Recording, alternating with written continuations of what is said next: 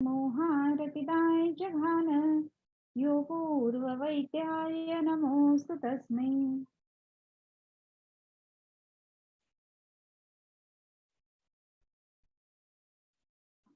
तो आपण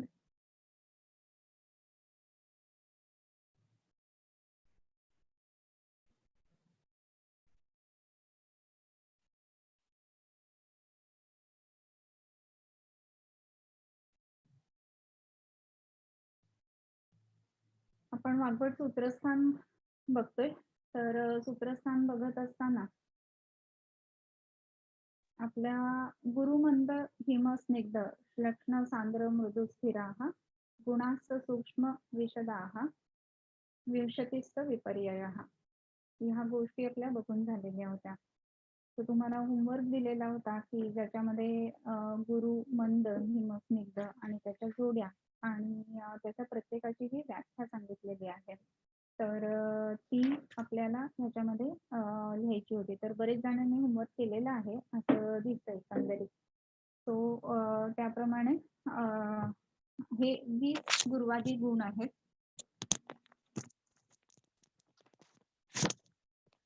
सो या 20 गुरुवादी गुणांचा आपण विचार केलेला आहे आणि त्याच्यानंतरचा जो श्लोक आहे तर त्याच्यामध्ये कालार्थ कर्मणाय योगो हीन मिथ्याते मात्रकः सम्यक रोगश्च विज्ञेयो रोगारोग्यैक कारणम.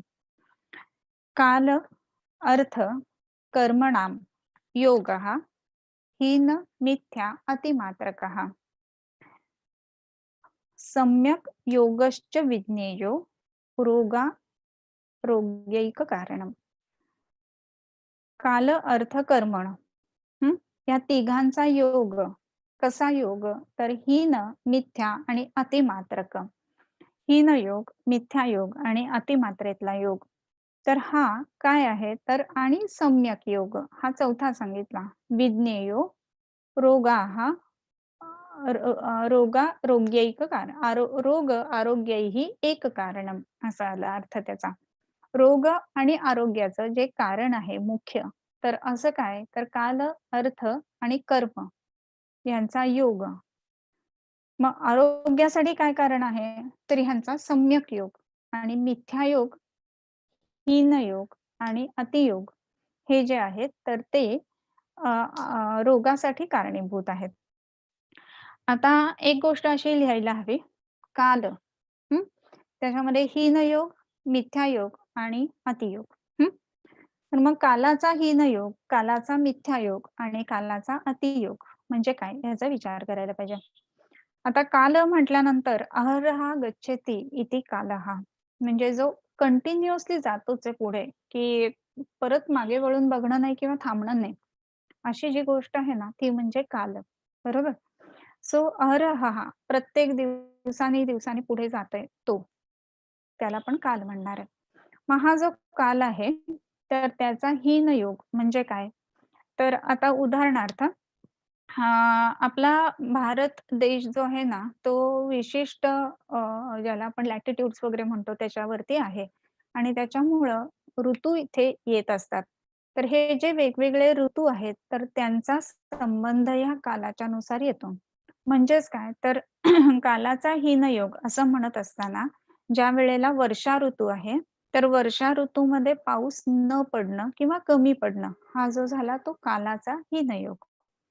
त्याच्यानंतर मिथ्यायोग तसंच थंडीच्या बाबतीत पण आणि तसंच उन्हाच्या बाबतीत पण म्हणजे ऊन नॉर्मली जेवढं पडतं ॲव्हरेज गेल्या काही अनेक वर्षांमधलं जे काही टेम्परेचर आहे त्याच्यापेक्षा उन्हाळ्यामध्ये जर का ते तेवढं टेम्परेचर नाही गेलं तर आपण त्याला म्हणणार की काळाचा हीनयोग आहे असं.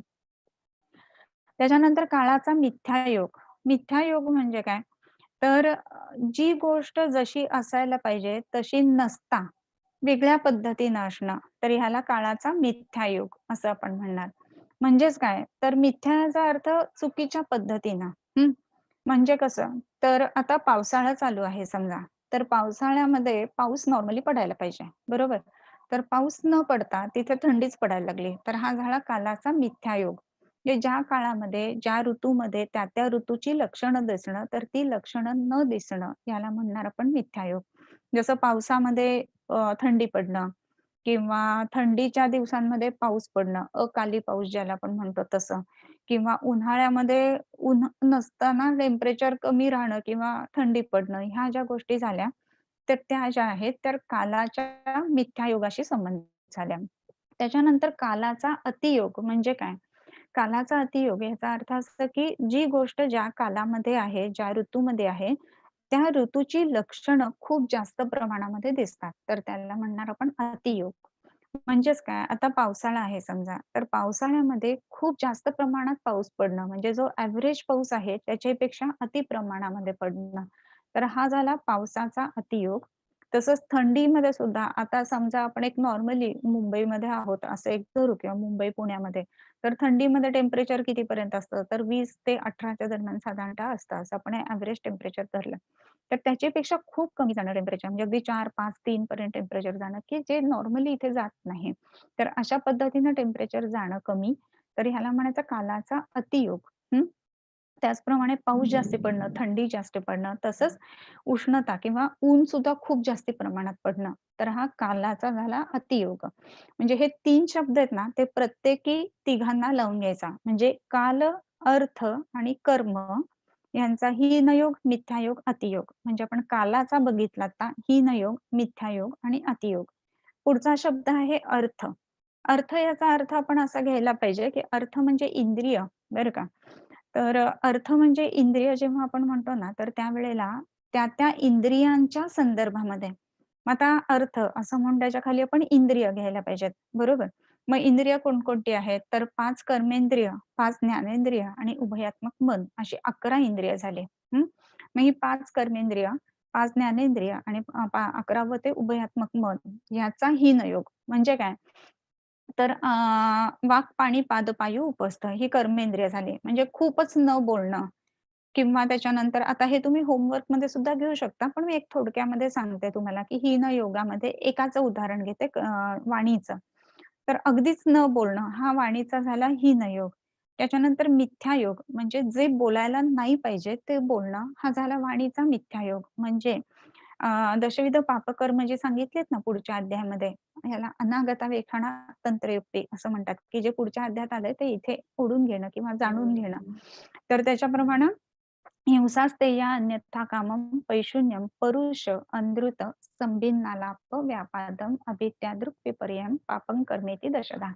त्याच्यामध्ये कसं बोलू नये, तर परुष बोलू नये म्हणजे दुसऱ्याला खरखरीत वाटेल किंवा त्रासदायक होईल असं बोलू नये किंवा संभिन्न म्हणजे ज्याच्यामध्ये कुठल्याही पद्धतीचं आशंकता राहते तर असं बोलू नये.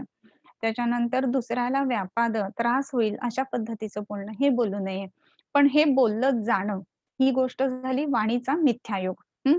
आणि खूप जास्त प्रमाणामध्ये बोलणं, खूप उच्च स्वरामध्ये बोलणं, हा झाला वाणीचा अतियोग. हं. याप्रमाणे उरलेली जी सगळी अ, कर्मेंद्रिय आहेत, तर त्यांचं तुम्ही घ्यायचं आहे काढून, की काय-काय त्याची हीनयोग, मिथ्यायोग आणि अतियोग आहेत ते. हं. त्याच्यानंतर त्याचप्रमाणे ज्ञानेंद्रिय आहेत. हं. तर ज्ञानेंद्रियांमध्ये 5 ज्ञानेंद्रिय, तर त्यातलं आपण पहिलं श्रोत्र हे ज्ञानेंद्रिय घेऊयात. तर श्रोत्र या ज्ञानेंद्रियाच्या संदर्भामध्ये विचार करत असताना त्याचं हीनयोग म्हणजे अजिबात न ऐकणं. हां. पण आता न ऐकणं ही गोष्ट कशी शक्य आहे? कारण आपण काही कानावरती हात ठेवून बसू शकत नाही. हं. परंतु त्याच्यामध्ये आपण असं बघतो, की एक पेशंटच्या संदर्भात मला तुम्हाला सांगावसं वाटेल. तर एक पेशंट होती आणि तिचं बाळ जे होतं ना, तर त्याच्या संदर्भामध्ये असं लक्षात आलेलं, की त्याला ऐकण्यामध्ये प्रॉब्लेम आहे म्हणून टेस्ट वगैरे करत होते ते. तर ते कसं काय आहे? कशामुळं आहे? मग घरी अशी काही हिस्ट्री आहे का? की घरी कोणी कर्णबाधिर्य वगैरे असं होतं का? वगैरे असं विचारत असताना ती म्हटली, "नाही, असं काही नव्हतं" वगैरे. परंतु असं झालेलं होतं, की ती ज्यावेळेला प्रेग्नंट होती, तर त्यावेळेला शेजारी काहीतरी कन्स्ट्रक्शनचं काम चालू होतं आणि ते कन्स्ट्रक्शनचं काम चालू असताना पूर्ण 9 महिने त्या बाईने कापसाचे बोळे अगदी घालून ठेवलेले, की जसं काही ऐकू येऊ नये या पद्धतीनं. तर म्हणजे कानाचा हीनयोग झाला. तर तशा पद्धतीनं हीनयोग करून घेणं, हा झाला कानाचा हीनयोग. शब्द न ऐकणं या अर्थाने. त्याच्यानंतर कानाचा मिथ्यायोग हां, मग त्याच्यामध्ये मिथ्यायोगामध्ये काय-काय घडेल तर जे ऐकायला नाही पाहिजे ते ऐकणं. हा झाला कानाचा मिथ्यायोग.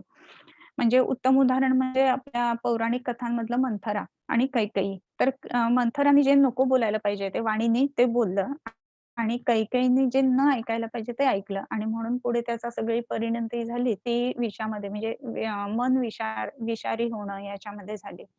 आणि म्हणूनच कानांनी न ऐकण्यासारख्या गोष्टी ऐकणं म्हणजेच काय तर चुकीचे शब्द ऐकणं किंवा एकमेकांबद्दलचं दुस्वास असणारे शब्द ऐकणं वगैरे ह्या गोष्टी ज्या आहेत त्या मिथ्या योगामध्ये येतात. आणि अतियोग असा एक विषय येतो कानाच्या संदर्भामध्ये. तर कंटिन्युअसली ऐकणं हा जो आहे ना, तो सुद्धा अतियोगामध्ये येतो. आता ह्या लॉकडाऊनच्या काळामध्ये जर का आपण बघितलं, तर बऱ्याच वेळेला असं चाललेलं आहे, की सगळ्या मीटिंग्ज वगैरे ऑनलाईन आहेत लोकांच्या. मग अशा वेळेला कानामध्ये ते हे घालून काय आयपॉड्स घालून वगैरे कंटिन्युअस ऐकलं जातंय. आणि त्याची सवय लागून जाते आणि इव्हन काही स्टुडंट्स जे असतात, तर ते स्टुडंट सुद्धा कानात कंटिन्युअस गाणी लावून मॅथ्सची गणितं सोडवत असतात. तर हा झाला कानांचा अतियोग. तर ही जी प्रॅक्टिकल उदाहरणं आहेत ना, त्याचा सुद्धा आपण विचार जरूर त्याच्यामध्ये करायला पाहिजे. आता हे आपण ज्ञानेंद्रियाच्या बाबतीमध्ये बघितलं कान हे. तशीच उरलेली जी 4 इंद्रिय आहेत, तर तो तुमच्यासाठी होमवर्क आहे, की कुठल्या-कुठल्या गोष्टी त्याच्यामध्ये मिथ्यायोग, हीनयोग आणि अतियोग ह्या असतील. तर हे तुम्ही घ्यायचं आहे लिहून. आणि चौथं म्हणजे 11वं जे काही आहे ते उभयात्मक असं मन आहे. तर मनाची कार्य आणि मनाचं ज्ञानग्रहण ह्या 2 गोष्टी वेगळ्या आहेत. म्हणजे मन जर म्हटलं, तर ते कसं आहे, की ज्ञानेंद्रिय आहे आणि मन कर्मेंद्रिय पण आहे. हं. मग ज्ञानग्रहणाची प्रक्रिया कशी आहे? तर पदार्थ विज्ञानात आपण शिकलेलो आहे, की आत्मा मनसा संयुज्यते इंद्रियः अर्थेन अर्थः अ, विषयेन ततो ज्ञानम् असा. मग ह्या सगळ्या प्रक्रियेमध्ये मनाचा संबंध येतो. आत्मा मनसा संयुज्यते. तर आत्मा आणि मन पहिल्यांदा एकत्र येतात. मग इंद्रिय अर्थेन. बरोबर? तर ह्या गोष्टी घडत असताना मनाची तिथे अवस्थिती असणं, ही जी गोष्ट आहे ना, ज्ञानग्रहणाच्या संदर्भामध्ये ती महत्त्वाची राहते. सो आता समजा आपण वाग्भटाच्या लेक्चरमध्ये आहोत, हां. परंतु मनाने नसू, तर बोललेलं ऐकू येतं पण कळत नाही, अशी गोष्ट घडते, बरोबर? सो मनाने तिथे असणं ही गोष्ट महत्त्वाची राहते ज्ञानग्रहण प्रक्रियेमध्ये आणि असं जेव्हा आहे, तर त्यावेळेला ते मन ज्ञानेंद्रिय म्हणून काम करणार आहे. दुसरी काय तर मन विषय म्हणजे कर्मेंद्रिय म्हणून मन कसं काम करणार आहे? तर एखाद्या गोष्टीचा निर्णय घेणं, ही जी गोष्टी आहे ना, की त्याच्यामध्ये ऊह आणि विचार्य ततः परम बुद्धी प्रवर्तते असं म्हटलेलं आहे. तर उहापोह करून, विचार करून त्याच्यातनं जो फायनल निर्णय मन घेत आहे, तर ते झालं मनाचं कर्मेंद्रिय. म्हणजे आता एखादी सिच्युएशन आहे, तर हे असं आहे, हे असं आहे. मग ह्याच्यामध्ये काय करायला पाहिजे? आणि मग हे असं ठीक आहे. मग पूर्वीचा ज्ञानाचा संस्कार तिथे कारणीभूत राहतो आणि असं झालं तर मग ही गोष्ट बरोबर होणार आहे, असा निर्णय फायनल होऊन आता मग आपण ही स्टेप घ्यायला हवी. तर अशा पद्धतीचा जो निर्णय मन घेताना, तर त्याला आपण कर्मेंद्रियात्मक मन असं म्हणणार आहे. मग ज्ञानेंद्रियात्मक मन जे आहे, तर त्याची जी कामं आहेत हां, तर त्याचा हीनयोग, मिथ्यायोग आणि अतियोग हा कसा काय? तर कुठल्याच गोष्टीचा विचार नच करणं, बरं का किंवा कुठलीही गोष्ट ज्ञानग्रहणाच्या प्रक्रियेमध्ये मनाने अवस्थित नसणं, हा जो भाग आहे, तर तो मनाच्या इंद्रिय म्हणजे ज्ञानेंद्रियाच्या संदर्भातलं त्या संबंधाचा आपण विचार जेव्हा करतो, तर त्यामध्ये जेव्हा आयक्यू कमी असणारी मुलं किंवा कॉन्सन्ट्रेशन कमी असणारी मुलं किंवा ज्याला आपण ADHD म्हणतो, अटेन्शन डेफिसिट सिंड्रोम जो आहे, तर त्या संदर्भामध्ये जेव्हा आपण विचार करतो ना, तर त्या मुलांच्या मनाचं चंचलत्व असल्यामुळं काय घडतं, तर मन चंचल असल्यामुळं ते एका जागी अवस्थित राहत नाही आणि ते एका जागी अवस्थित नसल्यामुळं प्रत्येक वेळेला आत्मा मनसा संयुज्यते मनः इंद्रियेण आणि इंद्रियः अर्थेन ततो ज्ञानम ही प्रक्रिया पूर्ण होत नाही. आणि म्हणून काय होतं, की ज्ञानग्रहण प्रक्रियेमध्ये अडथळे येतात आणि मग समजत नाही. आणि म्हणून ADHD वगैरे असे जे पेशंट असतात, तर त्यांच्या संदर्भामध्ये आपण मनाचा विचार जरूर करावा लागतो. त्याचप्रमाणे अ, मिथ्यायोग जो आहे, तर जे करायला पाहिजे ते न करता वेगळ्या गोष्टी करणं, ज्ञानग्रहण प्रक्रियेच्या संदर्भामध्ये. म्हणजे काय? आता समजा आपण एखाद्या लेक्चरमध्ये आहोत तर त्या लेक्चरचं न करता दुसरीकडे मनाला घेऊन जाणं. म्हणजे आता काय 7 वाजलेत, पोळ्या करायच्या आहेत किंवा आईने काय बनवलं असेल स्वयंपाक किंवा अरे, आता हे खायला पाहिजे किंवा लॉकडाऊन आहे, कधी बाहेर जाणार? हे विचार जरी यायला लागले ना, तरी सुद्धा त्याच्यामध्ये ज्ञानग्रहण प्रक्रिया जी आहे ती खंडित होते. म्हणजे तो झाला मिथ्यायोग, की ज्यावेळेला जे नाही करायला पाहिजे ते करणं मनाने. आणखीन एक महत्त्वाची गोष्ट म्हणजे अतिमात्रा. म्हणजे खूप जास्त प्रमाणामध्ये विचार करणं, हे जे आहे ना, तर ज्ञानग्रहण प्रक्रियेमध्ये अ, मनाचा संबंध तिथे आहेच आहे. पण मग त्याच्यामध्ये स्ट्रेस येणं हे आपल्याला इफेक्ट म्हणून दिसतं मुलांच्या संदर्भामध्ये, की एखादी गोष्ट घेऊन अगदी तिथे सारखंच लागून राहणं. एखादी गोष्ट सुटत नसेल तर एक थोडासा काळ हे एक औषध असतं त्याच्यावरती प्रत्येक वेळेला आणि म्हणून ते लेट गो करणं हे न करता त्याच-त्याच गोष्टी पुन्हा-पुन्हा करण्यासाठी झटणं हे जे आहे ना, तर त्याच्यामध्ये अति मात्रेत उपयोग करणं असं आपण म्हणू शकतो त्याला. सो ज्ञानग्रहण प्रक्रियेमध्ये मनाचा जेव्हा आपण ज्ञानेंद्रिय म्हणून विचार करतो, तर ह्या 3 गोष्टींचा विचार करायला पाहिजे. मन जेव्हा कर्मेंद्रिय म्हणून आपण काम करणार आहे, तर त्याच्यामध्ये हीन योग जो मनाचा आहे, तर त्या संदर्भामध्ये आपण विचार जर केला, तर मनाचा हीन योग म्हणजे काय, की विचारच न करणं. काय होईल तो होईल बघू देत. हा अप्रोच असणं ही जी गोष्ट आहे ना, ही चुकीची आहे. तर त्या पद्धतीनं नाही करायला पाहिजे. कारण मग त्या स्टेप्स ज्या आहेत त्या घेतल्या जात नाहीत आणि मन कर्मेंद्रिय म्हणून चांगल्या पद्धतीनं काम करणार नाही. त्याच्यानंतर मिथ्यायोग म्हणजे चुकीच्या गोष्टी ऐकून किंवा चुकीच्या काय म्हणतो संकल्पना मनामध्ये ठेवून जर निर्णय घेत असेल मन, तर त्याला मिथ्यायोग असं म्हणायला पाहिजे. जसं मगाशी मी कैकेयी आणि मंथरेचं उदाहरण दिलं त्याप्रमाणे. आणि अतियोग म्हणजे काय? तर खूप जास्त प्रमाणात विचार करणं. जेवढा विचार करायला नाही पाहिजे, तेवढा विचार करणं. हे जे आहे हे मनाचं काम अति प्रमाणामध्ये करणं, तर कर्मेंद्रिय म्हणून मनाचा संबंध तिथे येतो. आणि मग स्ट्रेस वाढणं, अँक्झायटी वाढणं किंवा ज्याला आजकाल हे म्हणतो आपण अँक्झायटी अटॅक्स म्हणतो, तर अशा गोष्टी येणं. तर ह्या गोष्टी ज्या आहेत ना, तर त्या मनाच्या संदर्भामध्ये आपण अतियोगाच्या बाबतीमध्ये बघत असतो आणि म्हणून काल, अर्थ कर्मणाम योगो हीन मिथ्याती मात्रकः असं म्हटलंय. तर आपण कालाचं बघितलं, अर्थाचं बघितलं. अर्थ म्हणजे इंद्रिय. या अर्थाने आपण 11 इंद्रिय त्याच्यातलं आपण एक ज्ञानेंद्रिय, एक कर्मेंद्रिय आणि मन ह्या गोष्टींचा हीन, मिथ्या आणि अतियोग कोणता हे बघितलं. त्याच्यानंतर कर्माचा हीन, मिथ्या आणि अतियोग हे बघायला पाहिजे. तर कर्म म्हणजे कुठलं परत? तर पुन्हा कायिक, वाचिक आणि मानसिक कर्म येतात. तर मग त्यांचा हीनयोग, मिथ्यायोग आणि अतियोग.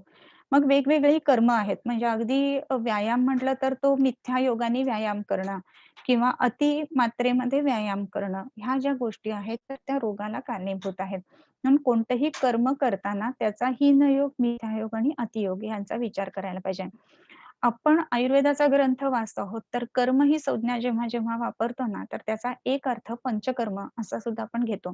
सो त्याच्यामुळं पंचकर्माचा हीनयोग, मिथ्यायोग आणि अतियोग हाही अर्थ इथे आपल्याला घेता येऊ शकतो आणि म्हणूनच पंचकर्म जी सांगितलेली आहे, की जी 5 वमन, विरेचन, बस्ती, नस्य, रक्तमोक्षण. तर ह्यांचा हीनयोग होणं, तर ती लक्षणं आपल्याला पुढे सूत्रस्थानामध्ये वाचायला मिळतात, की हीनयोगाची लक्षणं कुठली, मिथ्यायोगाची लक्षणं कुठली आणि अतियोगाची लक्षणं कुठली. तर हे जरी घडलं तरी सुद्धा काय होणार आहे रोग कारण म्हणून ते असणार आहे. म्हणजे रोगाला उत्पन्न करण्यासाठी ते कारणीभूत आहे. आणि मग ह्यांचाच काल, अर्थ आणि कर्म ह्यांचा सम्यक योग जो आहे ना, तर तो आरोग्याला कारण आहे. रोगाः आरोग्यैः एक कारणम असा चौथा चरण आहे त्याच्यामध्ये. काल, अर्थ, कर्मणाम योगो हीन मिथ्याति मात्रकाः रोगाः कारणम सम्यक योगाः च आरोग्याय कारणम अशा अर्थाने त्याचं ज्याला आपण हे म्हणतो, अन्वय म्हणतो, तर तसा लागतो तो. सो त्या पद्धतीनं काल, अर्थ आणि कर्म. आता हा एकच श्लोक आहे, पण भला मोठा त्याचा विस्तार होऊ शकतो असं आहे. आणि म्हणून सूत्रस्थाने तो वाग्भटः हे पुन्हा-पुन्हा आपल्याला दिसतं, की सूत्रस्थानामध्ये किती कमी शब्दांमध्ये आणि किती स्पष्टतेने मांडलेलं आहे. तर ह्या गोष्टी आपल्याला पुन्हा-पुन्हा दिसतात आणि म्हणून वाग्भटाचं सूत्रस्थानाच्या संदर्भातलं महत्त्व खूप आहे. ज्या वेळेला फर्स्ट इयरला असे प्रश्न पडतात ना, तर वाग्भटाचं महत्त्व लिहा किंवा सूत्रस्थान आहे तो वाग्भटा स्पष्ट करा. तर आपण लिहितो की सूत्रस्थान आहे, संक्षेपतः सांगितलेलं आहे, नाती संक्षेप विस्तरम सांगितलेलं आहे वगैरे. पण असं जर का आपण उदाहरणं देऊन त्याच्यामध्ये लिहू शकलो ना, की आता हा एकच श्लोक आहे, की कालार्थ कर्मणा योग हीन मिथ्याति मात्रकः सम्यक योगश्च विज्ञेयो रोगारोग्यैक कारणम. या एका सूत्रामध्ये केवढा सारा अर्थ भरलेला आहे.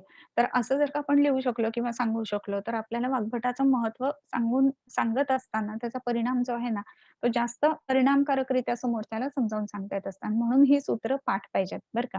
तर हे महत्वाचं आहे. सो ह्या पद्धतीनं रोगांची कारणं ज्यावेळेला सांगतात, तर त्याच्यामध्ये हे त्यांनी रोगाचं, आरोग्याचं अशी दोन्ही कारणं एकाच ठिकाणी इथे सांगितलेली आहेत. हं. त्याच्यानंतर ही कारणं सांगितल्यानंतर आपल्याला माहीत पाहिजे ना, रोग म्हणजे काय किंवा स्वास्थ्य म्हणजे काय?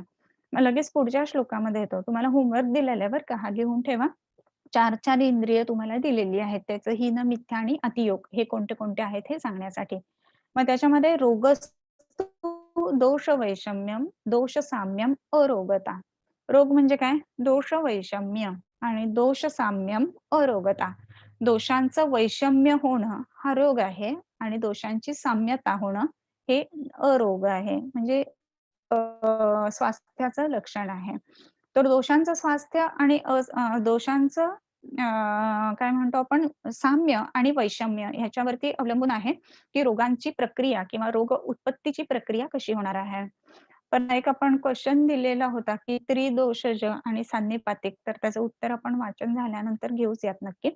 आणि मला वाटतं प्रकृतीचा एक प्रश्न सांगितलेला होता, तर त्याचंही उत्तर आज घेऊया. त्याच्यानंतर रोगस्तु दोष वैषम्यम, दोष साम्यम, अरोगता. तर आता ह्याच्यामध्ये दोष वैषम्य असं म्हणत असताना विषमता दोषांची हां. मग दोषांची विषमता ज्या वेळेला आहे, तर त्या वेळेला काय घडतं आहे?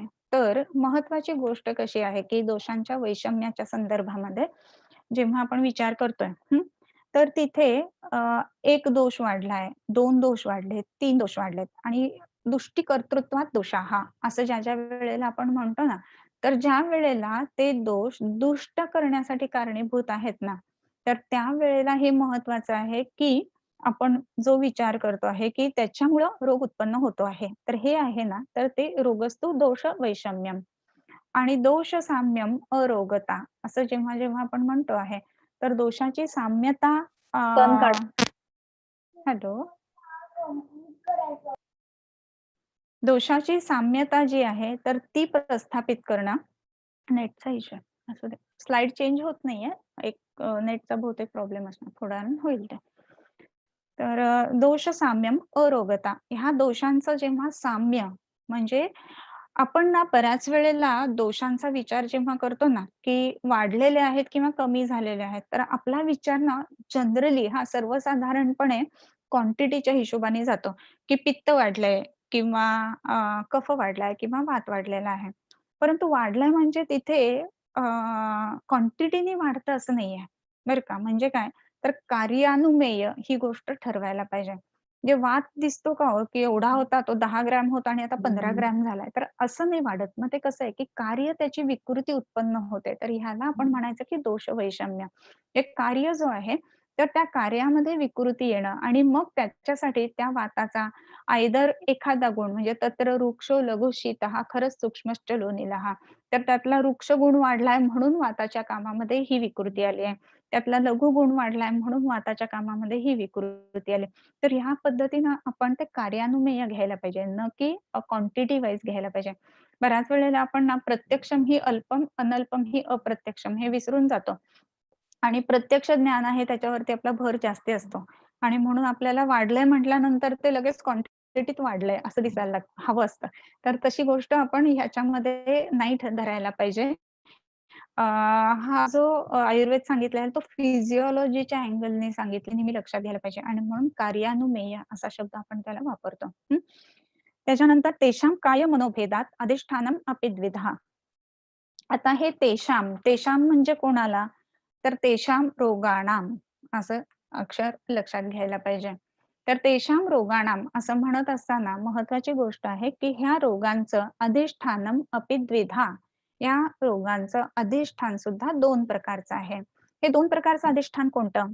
तर 2 प्रकारचं जे अधिष्ठान आहे त्याच्यामध्ये काय, मनो, भेदात या रोगांचं जे अधिष्ठान आहे, तर त्यांचं काय आहे तर काय, मन ह्यांच्या भेदानी त्यांचं अधिष्ठान म्हणजे स्थान जे आहे ते 2 प्रकारचं आहे. म्हणून प्रायः आपण शारीर रोग आणि मानस रोग अशा 2 गोष्टींचा विचार करतो.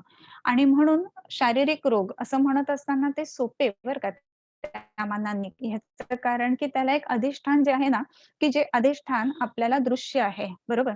परंतु मन ह्या अधिष्ठानाला आश्रित जर रोग झाले, तर मन हे दृश्य नाहीये आणि म्हणून आपल्याला ते कार्यानुमेय जाणून घ्यायला लागतं आणि अनुमान प्रमाण आपल्याला माहिती आहे, की किती ते कठीण जातं आपल्याला आणि त्याच गोष्टीमुळे महत्त्वाची गोष्ट अशी होते, की मानस रोग बरे करण्याच्या दृष्टीने जास्त अवघड जातात. आणि अर्थात एक महत्त्वाची गोष्ट आहे, की तो इंद्रियाचा रोग आहे हे पण लक्षात घ्या आणि असं इंद्रिय, की जे महत्त्वाचं ज्ञानेंद्रिय पण आहे आणि कर्मेंद्रिय पण आहे आणि म्हणूनच काय आणि मन यांच्या भेदाने अधिष्ठानमपि द्विधा आणि आता हे सांगत असताना इथेपर्यंत दोषांचं झालं, राइट? आणि मनाचा विषय निघाला म्हणून लगेचच इथे श्लोक आलेला आहे, की "रजस्तमश्च मनसो द्वौ च दोषा उदाहरतौ." आता मनाचे दोष सांगितले लगेच, की आता आत्तापर्यंत आपण बघितले, की शरीराचे जे काही दोष होते त्याच्यामध्ये वात, पित्त, कफ आणि तेच जे आहेत त्यांचा हीन, मिथ्या, अतियोग, काल, अर्थ, कर्म ह्यांचा हीन, मिथ्या, अतियोग आणि त्याच्यामुळे होणारा वातपित्त कफांचा जो इम्बॅलन्स किंवा दोष वैषम्य ही जी गोष्ट आहे ती घडल्याने शारीर रोग झाले. आणि रोगाचं अधिष्ठान सांगत असताना 2 अधिष्ठानं त्याच्यामध्ये शारीर आणि मानस. आणि असं होत असताना मग जे हे मानस अधिष्ठान आहे, तर हे कशामुळं घडतं? तर लगेच श्लोक येतो, की "रजस्तमश्च मनसो द्वौ च दोषा उदाहृतौ." दोषौ उदाहृतौ असा तो संधी आहे. एचो यवायावहा बरं का.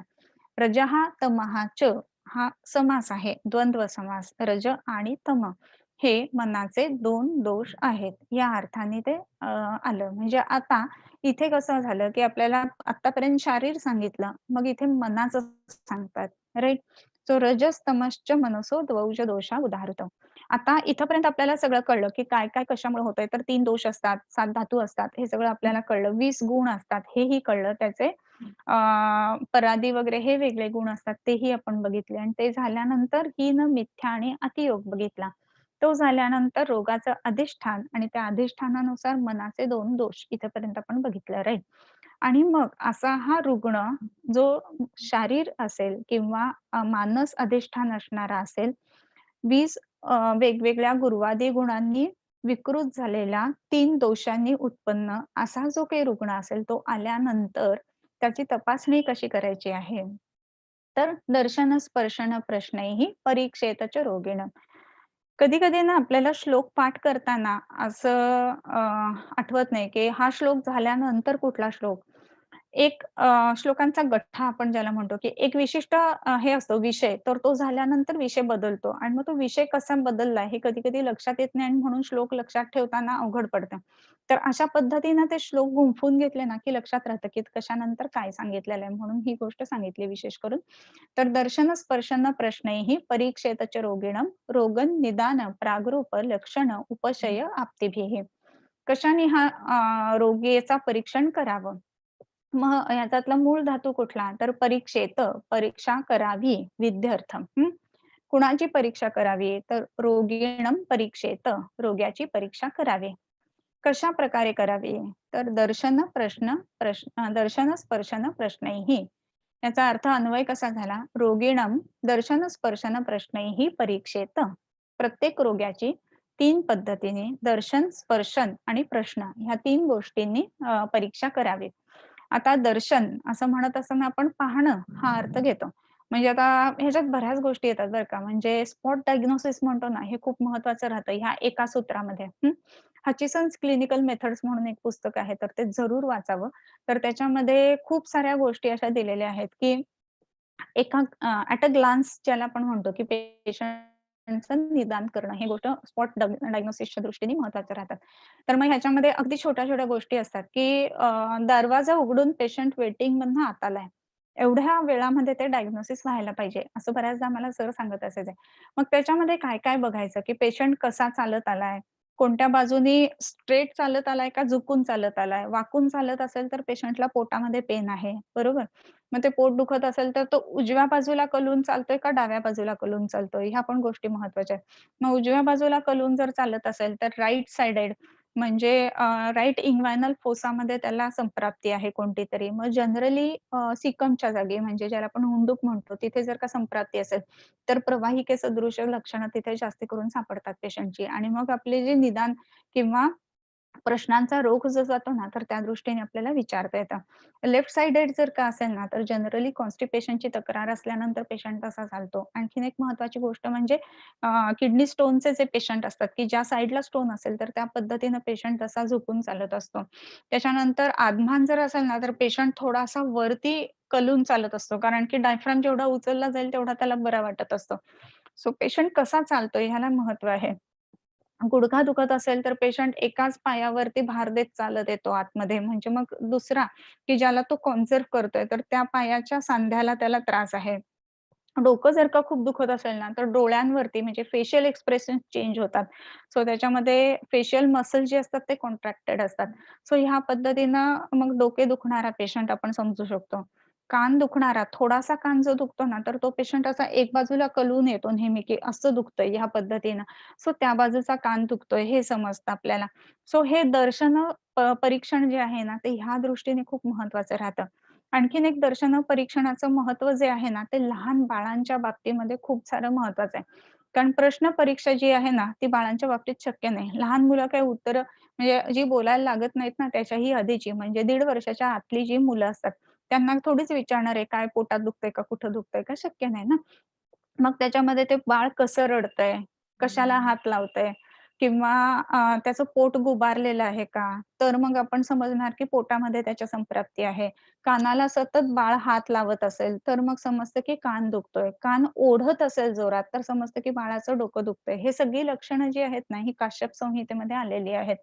सो हे दर्शन परीक्षण जे आहेत ना, तर ते बाळांच्या दृष्टीनं खूपच जास्ती महत्त्वाचं राहतं.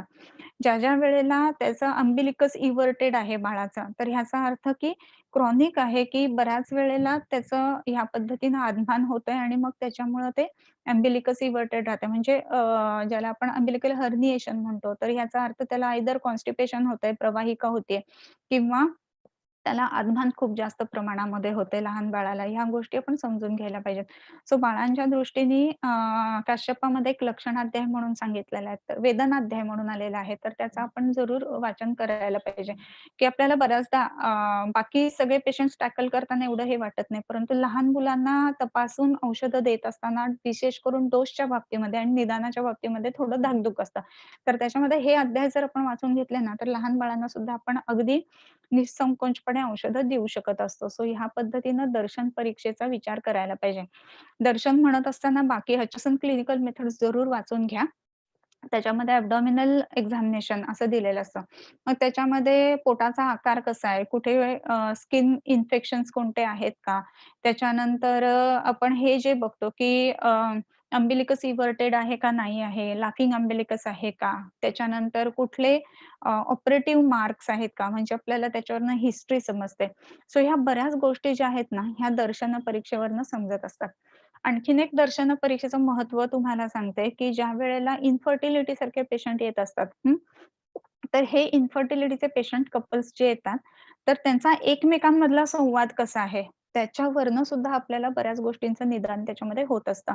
तर स्ट्रेस असणं, अँक्झायटी असणं किंवा एकमेकांवरती सारखी चिड करणं, असं जर असेल ना, तर त्याच्यामध्ये ह्या गोष्टींची इन्व्हॉल्वमेंट असते, की मानसिकता त्याच्यामध्ये आपल्याला जास्त करून बघायला लागते. तर ह्या दर्शन परीक्षेवरनं आपल्याला फक्त पेशंटला तपासणं ह्याच्यापेक्षा ओव्हरऑल पेशंटचं बाहेर बसणं, आत येणं ह्याचं जे बिहेवियर आहे ना, तर त्याही गोष्टीमध्ये आपल्याला बऱ्याच गोष्टी त्याच्यात समजत असतात. सो त्या दृष्टीने आपल्याला ही दर्शन परीक्षा महत्त्वाची राहते. दर्शन परीक्षेचं सगळ्यात आणखीन एक महत्त्वाची गोष्ट जी आहे ना, तर त्याच्यामध्ये वेगवेगळ्या पद्धतीचे जे त्वचारोग आहेत, तर ते बघून त्वचारोगानुसार आपण निदान करू शकत असतो आणि म्हणून हे त्वचा दर्शन परीक्षा जी आहे, ती आणखीन महत्त्वाची राहते ती त्वचारोगांमध्ये. ज्वराचा पेशंट आहे, कसा दिसतोय हे महत्वाचं आहेच आहे. म्हणजे व्याकुल आहे, नाही आहे किंवा त्याची परिस्थिती कशी आहे, हे आपल्याला ओव्हरऑल एका लूकमधनं कळतं. परंतु परफेक्ट निदान होणं ही जी गोष्ट असते दर्शन परीक्षेने ती स्किन डिसीजेसमध्ये होत असते आणि म्हणून वेगवेगळी जी कुष्ठ किंवा त्वचारोग सांगितले, तर त्याच्यामध्ये मग हे वातज कुष्ठ आहे, हे पित्तज कुष्ठ आहे, हे कफज कुष्ठ आहे, असं निदान करणं हे दर्शन परीक्षेतनं शक्य असतं आणि म्हणून दर्शन परीक्षेला हे महत्त्व राहतं. आणखीन एक दर्शन परीक्षेच्या बाबतीमध्ये आत्ताच्या एराला धरून असं जर का आपण बोलायचं बघितलं ना, तर आत्तापर्यंत आपण बोललो ते सगळं नेकेड आहे. म्हणजे डोळ्यांनी आपल्याला जे दिसतं त्याचा संबंध आपण बघितला.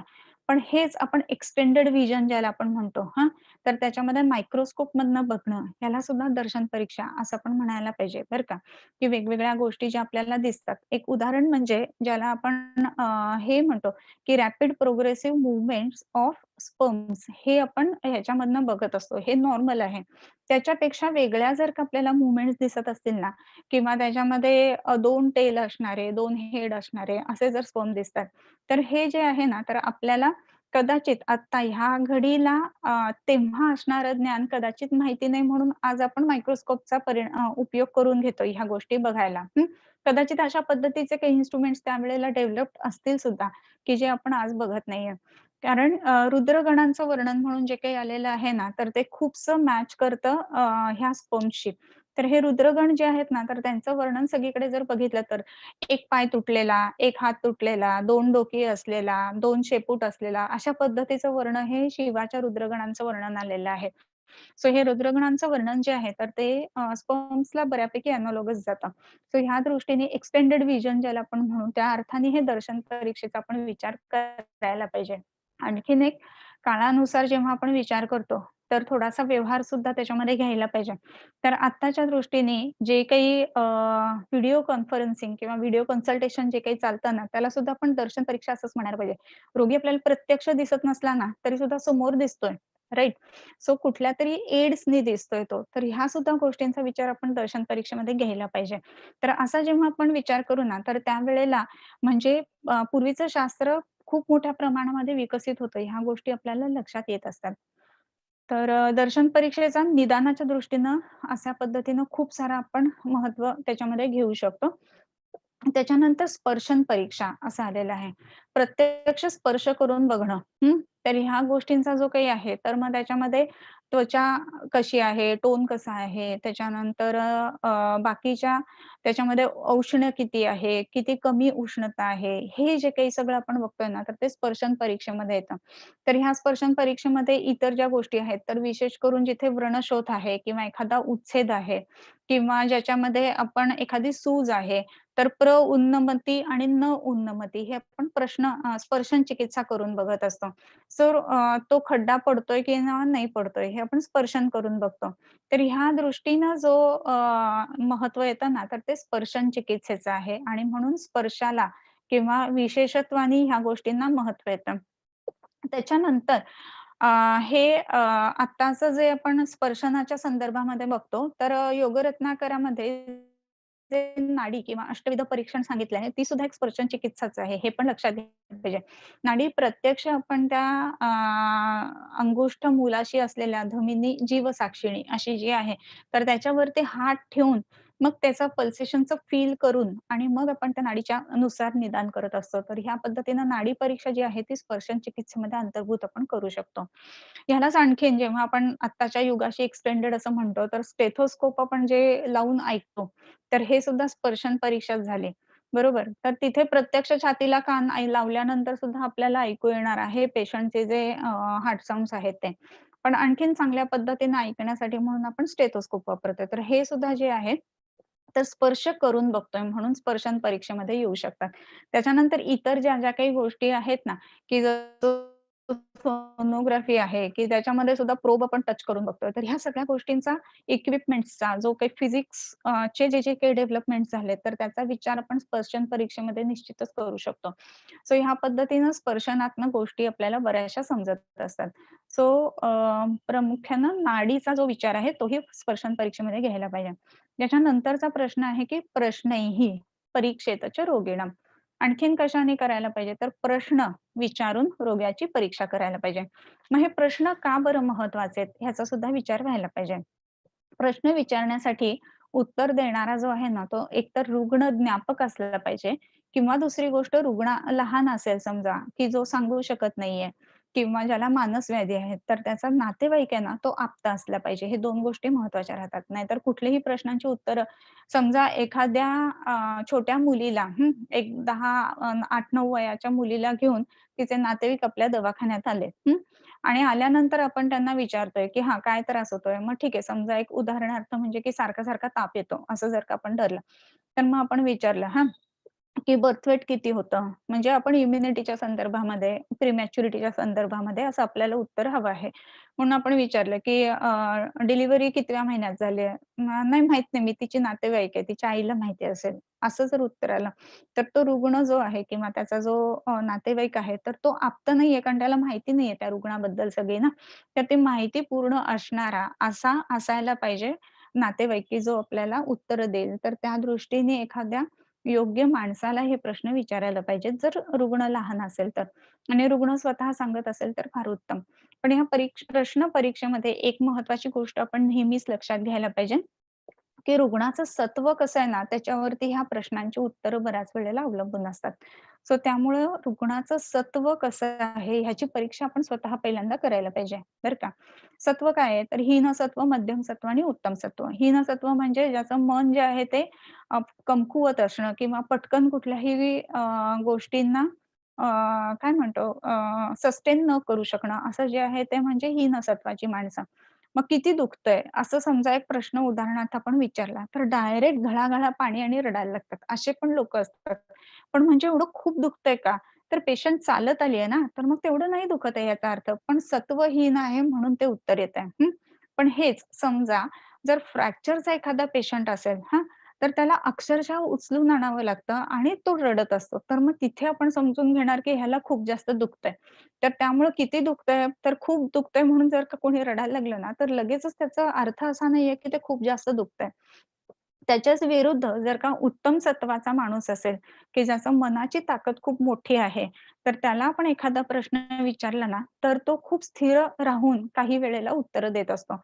उदाहरणार्थ एखादा अगदी माईल्ड एम-आय बसलेला पेशंट असतो ना, तो इतरांना, घरातल्यांना टेन्शन येऊ नये म्हणून स्वतःवरती सगळ्या गोष्टी घेऊन असा हे करत असतो. नाही फक्त घाम आला, बाकी काही विशेष झालं नाही, असं उत्तर सांगत असतो. तर त्यावेळेला आपल्याला त्या रोगाचं आणि रुग्णाचं गांभीर्य समजण्याच्या दृष्टीने ह्या गोष्टी महत्त्वाच्या आहेत, की प्रश्न विचारताना ते उत्तर जेव्हा येतंय ना, तर त्यावेळेला आपण हे बघायला पाहिजे, की त्या रुग्णाचं सत्व कसं आहे. मग आता फर्स्ट टाईम समजा पेशंट येतोय. आपण क्वेशन्स नंतर घेऊयात. कोणीतरी रेज हँड केलेला आहे. 10 मिनिटात क्वेशनला सुरुवात होईलच. सो ह्याच्यामध्ये रुग्णाचं सत्व कसं आहे, हे आपल्याला त्याच्या ओव्हरऑल अपीअरन्सवरून, त्याच्यानंतर देहबोलीवरून, त्याच्या एकंदरीत दवाखान्यातल्या आपल्या वागणुकीवरून ह्या गोष्टी आपल्याला समजत असतात, की त्याचं सत्व कसं आहे. तर त्यानुसार हे सत्व कसं आहे, त्याच्यानुसार ह्या उत्तरांची जी इंटरप्रिटेशन्स करायची आहेत ना, ती एका वैद्याने करायला लागतात आणि म्हणून वैद्य महत्वाचा बरं का. कारण खूप दुखतंय म्हणून तो समजा लिहिलं, तर खरंचच त्याला अगदी चालता येत नाही एवढं दुखतंय का? हे बघणं हे वैद्याचं काम राहतं, बरोबर? आणि म्हणून दर्शन स्पर्शन प्रश्नही हे. प्रश्नांच्या बाबतीमध्ये अजून एक महत्त्वाची गोष्ट अशी आहे, की लीडिंग क्वेशन्स विचारणं ही गोष्ट एका वैद्याने करायला हवी असते.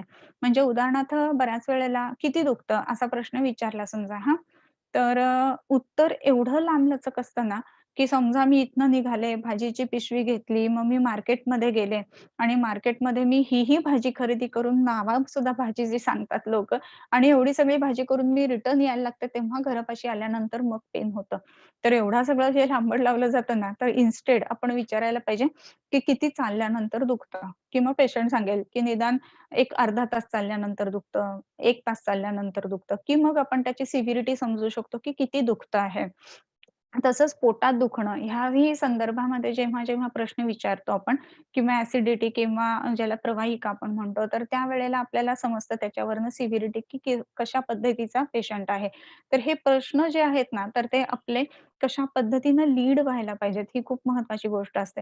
सो वेग विचारण्यापेक्षा त्या क्वेशन्स पेशंटनी सांगितलेले जे सिम्प्टम असतात ना, ते सिम्प्टम घेऊन आपल्याला निदानाप्रत नेईल असे प्रश्न विचारणं हे एका वैद्याचं काम असतं आणि म्हणून प्रश्न ह्या परीक्षेला सुद्धा तेवढंच महत्त्व आहे, जेवढं की दर्शन आणि स्पर्शनाला आहे.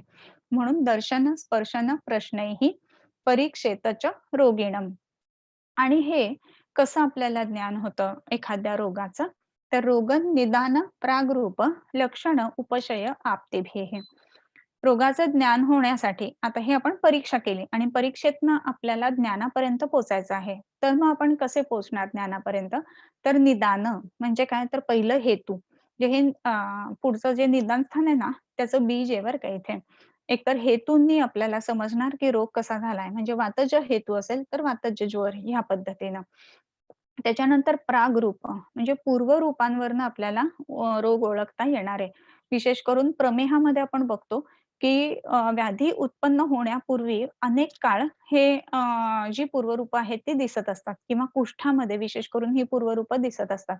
सो ही पूर्वरूप बघून आपण होणाऱ्या रोगाचं निदान करू शकतो. म्हणून निदान, प्रागरूप, त्याच्यानंतर लक्षणं, ॲक्चुअल जी लक्षणं आलेली आहेत, तर ती ग्रंथांमध्ये जी लक्षणं दिलेली आहेत, तर त्याला मॅच करतात आणि त्याप्रमाणे आपण ते निदान करू शकतो. 1 मिनिट.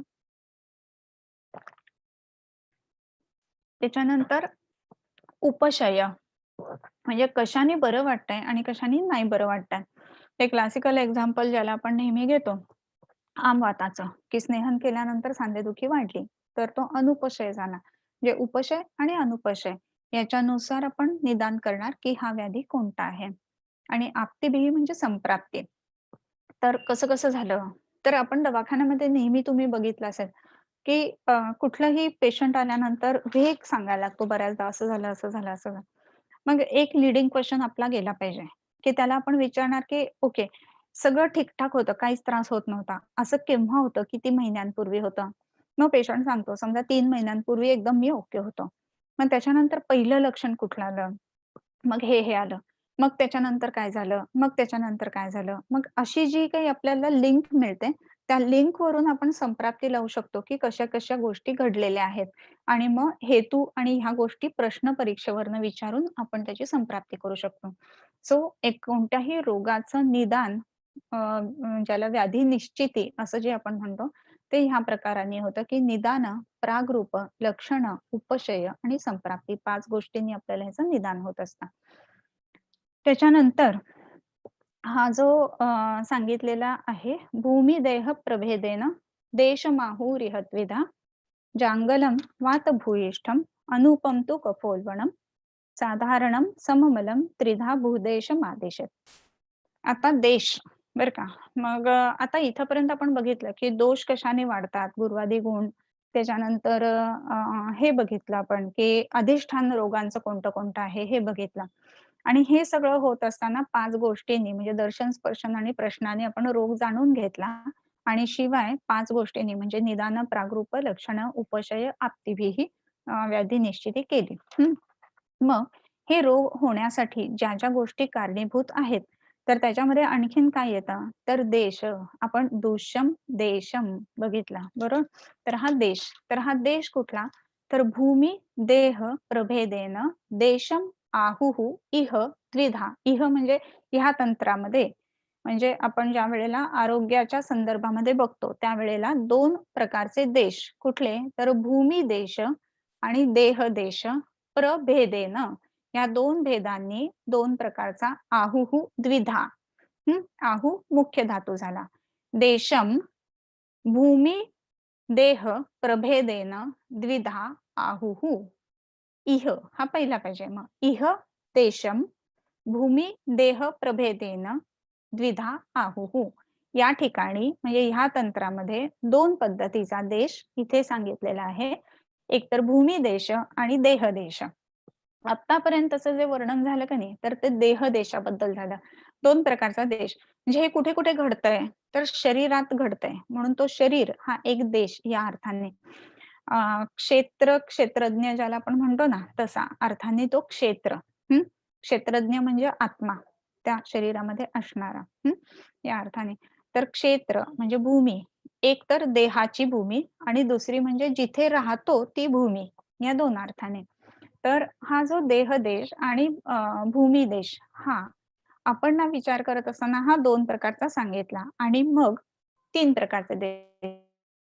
जांगलम वातभूयिष्ठम अनुपम तु कपोलपणम साधारणम सममलम त्रिधा भूदेशम आदिशत. मग भूदेशाचे 3 प्रकार सांगतात. जांगलम वातभूयिष्ठ. जांगल देश हा वातभूयिष्ठ आहे. हं. वातभूयिष्ठ म्हणजे वातप्रधान्य असणारा. तर वारीमध्ये जे लोकं येतात ना, तर त्यांनी बघितलं असेल, की मला त्या आठवत नाही गोमेवाडी मोस्टली हां. तर गोमेवाडीची जी शाळा आहे ना, तर तिथे आपण जेव्हा पोहोचतो, बहुतेक गोमेवाडीच त्या गावाचं नाव. तर त्या शाळेत गेल्या-गेल्याच आपल्या ज्या ताटल्या असतात ना, त्या आपल्याला धरून बसायला लागतात जेवायला. एवढं वारं असतं ना, तर ताटली सकट सगळं उडून जातं. इतपत गोष्ट घडते. आणि तिथनं आपण चालायला सुरुवात केलो ना, तर बघितलं तर सगळ्या पवनचक्क्या लागलेल्या असतात आणि आपल्याला चालायला गरजच लागत नाही. असं ढकललं जातो आपण असे आपोआप चालत असतो. सो एवढ्या मोठ्या प्रमाणामध्ये वात असणं हा जो आहे हा जांगल देश झाला. मग जांगल्य देशामध्ये जर वातभूइष्ठ आहे, तर तिथे फार मोठे वृक्ष नसतात, बरोबर? कारण तिथे वाराच एवढा मोठा वाहतो. मग इथे झाडं कुठली सापडतात? तर मग ज्याला झिरोफायटिक प्लांट्स म्हणतो, अशा पद्धतीची प्लांट्स ह्या विशेष करून वातभूइष्ठ देशामध्ये सापडतात. मग इथे बाभळ सापडते जास्त. थॉर्नी झाडं आहेत ना, तर ती ह्या सगळी ह्या जांगल देशामध्ये सापडतात. ह्याच्यामध्ये अ, जंगल देशामध्ये वातभूइष्ठ असल्यामुळं तिथे पाण्याचं प्रमाण तर ह्या गोष्टी तिथे वाढतात आणि तसं झाल्यामुळं काय घडतं, की तिथल्या झाडांची पानं अशी चोथट, चरबट किंवा थॉर्नी अशा पद्धतीची असतात आणि हा जो जांगल देश आहे ना, तिथे वारं खूप मोठ्या प्रमाणामध्ये सुटतं. जे सोलापूर वगैरे हे जर का आपण जिल्हे बघितले ना, तर हे विशेष करून जांगल देशामध्ये येतात. किंवा अकोला वगैरे हे जे काही आहेत, की जिथे खूप मोठ्या प्रमाणामध्ये संध्याकाळचं वारं खूप मोठं सुटतं. तर हे जे आहे ते जांगल देश आणि जांगलम वातभूयिष्ठम अनुपम तु कपोलवनम. अनुपदेश म्हणजे कुठला? तर कपोलवन. कफ म्हणजे काय? तर केन फलती इति कफः. केन म्हणजे जले ना. म्हणजे जिथे जलाचं अधिष्ठान जास्ती आहे, असा हा अनुपदेश आहे. मग जलाचं अधिष्ठान जास्त म्हणजे जिथे-जिथे आपल्याला तळी दिसतायत, सरोवर दिसतायत, जवळ समुद्र आहे. तर उदाहरणार्थ ठाणं, की ज्याला तलावांचं शहर म्हणतात. तर हे कफोलवनं झालं, बरोबर? तर अशाच पद्धतीनं मुंबई किंवा मार्शी प्लेसेस किंवा दलदल असणाऱ्या ह्या सगळ्या ज्या जागा आहेत ना, तर त्या कफोलवनं म्हणजे पाणी जिथे जास्त आहे, असा आहे तो अनुपदेश आहे. मग जिथे पाणी आहेत ना, तिथल्या वनस्पतींची जी झाडं आहेत, तर ती कशी असणार? तर ती बहारदार असणार. मग त्यांची पानं जनरली मोठी सापडतात किंवा मिश्र पद्धतीची जंगलं ह्याच्यामध्ये सापडतात. खुरटी झाडं नसतात तिथे. तर असा जो आहे, हा जो आहे तो अनुपदेश आहे. आणि तिसऱ्या प्रकारचा जो देश आहे ना, तो साधारणम, सममलम, समदोष असणारा. मल याचा अर्थ इथे दोष या अर्थाने घ्यायचा. म्हणजे समदोष तिथे सापडतात आणि आपण बघितलं की जांगल जो आहे तिथे वातदोष जास्ती सापडतो. अनुप आहे तिथे कफदोष जास्ती प्रमाणात आहे. तर साधारण जो देश आहे ना, तर तिथे तीनही दोष समप्रमाणात आहेत. ह्या पद्धतीचा त्रिधा भूदेशम आदेशत. या पद्धतीचा 3 प्रकारचा भूदेश हा सांगितलेला आहे. तर ह्या 3 भूदेशांच्या नुसार देशानुसार सुद्धा व्याधी वेगवेगळे होणार. मग जर का जांगल जो आहे, तर तो वातभूइष्ठ आहे. तर तिथे वातप्रधान व्याधी होणार. म्हणजे सांधेदुखी असणं किंवा आपण जसं त्या शाळेमध्ये बघतो, की सगळ्यांना कर्णबाधिर्याची खूप मोठी तक्रार तिथे सापडते. तर कानामध्ये सतत म्हणजे आकाशीय महाभूत तिथे असल्यामुळं आणि काय म्हणतो ड्राय परफोरेशन्स असणं, तर ह्या गोष्टी आपल्याला जांगल देशामध्ये खूप साऱ्या सापडतात. सो जांगलम वातभूयिष्ठम आणि अनुपदेश जो आहे तो कपोलवण म्हणजे जिथे-जिथे अनुपदेश आहे ना, तिथे कफाचे व्याधी आपल्याला सापडणार. म्हणजे कफ वाढल्यानंतर होणारे जे काही व्याधी असतात. जसं कुष्ठ आहे विशेष करून, प्रमेह आहे, तर ह्या गोष्टी आपल्याला कपोलवण देशांमध्ये सापडतात. मग साधारण देश जो आहे तो सममलम सर्वसाधारणतः पुण्यासारखा किंवा नाशिकसारखा नाशिक तरी पाणी जास्त मोठ्या प्रमाणात आहे तिथे जरा. पण हे देश जे आहेत ना, तर ते सममल म्हणजे साधारण देशांमध्ये ह्या गोष्टी येतात. ह्या पद्धतीचा हा 3 प्रकारचा भूदेश असा आहे.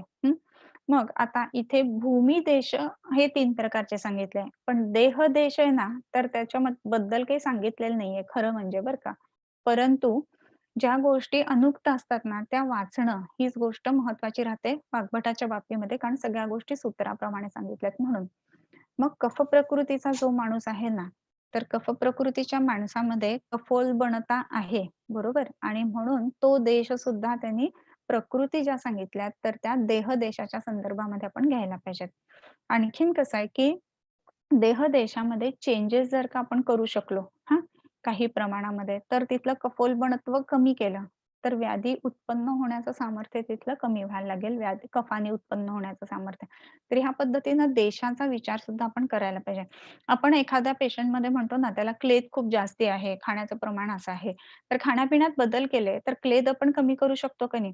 तर त्याच पद्धतीनं खाण्यापिण्यामध्ये बदल करून वातभूइष्ठता असेल किंवा कफभूइष्ठता असेल, तर त्याला साम्यत्वाला आणण्यासाठी म्हणून जी सांगितली ना, ती दिनचर्या आणि ती ऋतुचर्या.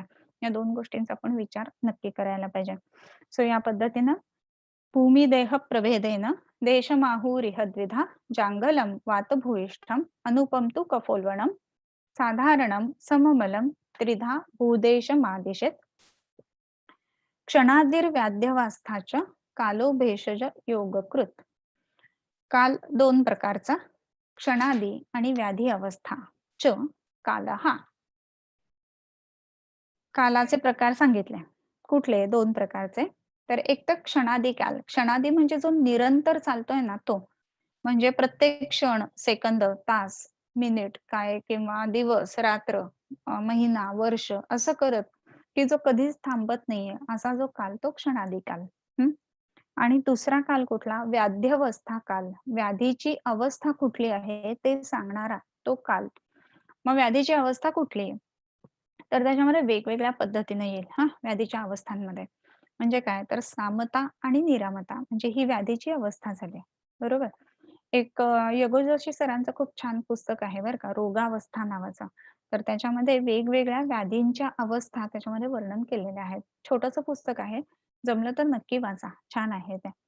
तर त्याप्रमाणे म्हणजे सामता, निरामता ही व्याधी अवस्था झाली. त्याचप्रमाणे आपण ज्याला म्हणतो, की नवज्वर, पुराणज्वर ही व्याधी अवस्था झाली. तर अशा वेगवेगळ्या व्याधीच्या दृष्टीने ज्या अवस्थांचा विचार करतो, तर तो झाला व्याध्यवस्था काल. हं. त्याच्यामध्ये उत्तान आणि गंभीर असा वातरक्ताचा अवस्था. तर ह्या 2 वेगवेगळ्या पद्धतीच्या व्यवस्था आल्या. आणिक एक काल सांगितला आहे. तो कुठला? तर भेषज योगकृत असा. भेषज योगकृत कालः क्षणादिः व्याध्यवस्था च व्याध्यवस्था च.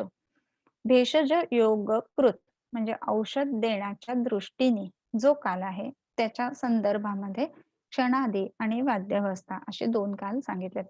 म्हणजे कालाचं वर्णन जे आहे ना, ते सुद्धा नुसतंच क्षणादी काल आहे आणि व्याधी अवस्था काल आहे असं नाही. मग भेषज योगकृत म्हणजे औषध देण्याच्या दृष्टीने 2 काल पुन्हा सांगितले. ते म्हणजे क्षणादी आणि व्याधी अवस्था. मग क्षणादी कालानुसार कुठला? तर आपल्याला माहिती आहे, की दिनक्रमाप्रमाणे विशिष्ट काल जो आहे, तो व्यानाचा आहे. विशिष्ट काल आहे, तो उदानाचा आहे. विशिष्ट काल आहे, तो अपानाचा आहे. म्हणजे ह्याप्रमाणे क्षणादी जो काल आहे, त्याचा सुद्धा भेषज योगकृत म्हणजे औषध देण्यासाठीचा उपयोग. याचं कारण काय आहे, की आपल्याला काय नुसतं गिनती नाही करायची आहे, की इतका काल, तितका काल. मग काय महत्वाचं आहे, तर औषध देण्याच्या दृष्टीने किंवा शरीरामध्ये साम्यत्व प्रस्थापित करण्याच्या दृष्टीने जो काल महत्वाचा, त्या योगाने किंवा त्या अँगलने, त्या चष्म्यातनं बघत असताना क्षणादी काल आणि व्याध्यवस्था काल हे 2 काल झाले. व्याधी अवस्था सुद्धा का माहिती पाहिजे? तर व्याधी अवस्था माहीत असतील, तर आपण औषध जे आहे ते योग्य पद्धतीनं देणार आणि त्या दृष्टीने क्षणादी आणि व्याधी अवस्था ह्या 2 गोष्टी ज्या आहेत त्या काळाच्या बाबतीमध्ये आपल्याला बघायला लागतात. आणखीन एक महत्त्वाची गोष्ट कशी की भेषज योगकृत असं म्हटलेलं आहे त्यांनी, बरोबर? तर भेषज योगकृत असं म्हणत असताना भेषज काल असे वेगवेगळे वर्णन केलेत. तर ते तुम्ही होमवर्कला घ्यायचे. तर त्याच्यामध्ये पुढच्या काही अध्यायांमध्ये ते आलेलं आहे.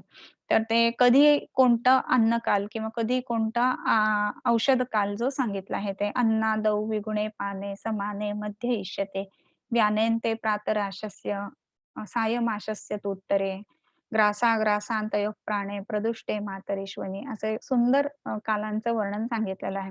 सो त्या पद्धतीनं औषध कधी द्यायचं त्याच्यानुसार हे काल आलेले आहेत.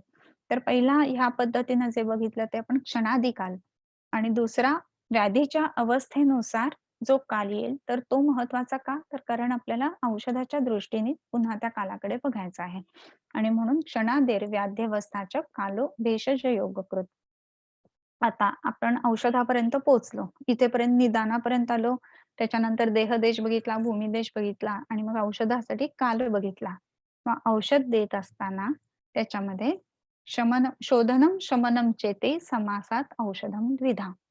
हे जे आहे हे सूत्र आपण पुढच्या वेळेला घेऊया. हां. आणि शंका ज्या काही असतील तर त्या आता आपण घेऊया.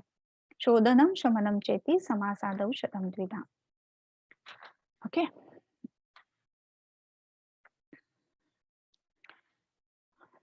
चॅट बॉक्समध्ये ऑलरेडी क्वेश्चन्स आलेले आहेत. घेते मी 1-2 मिनिटं.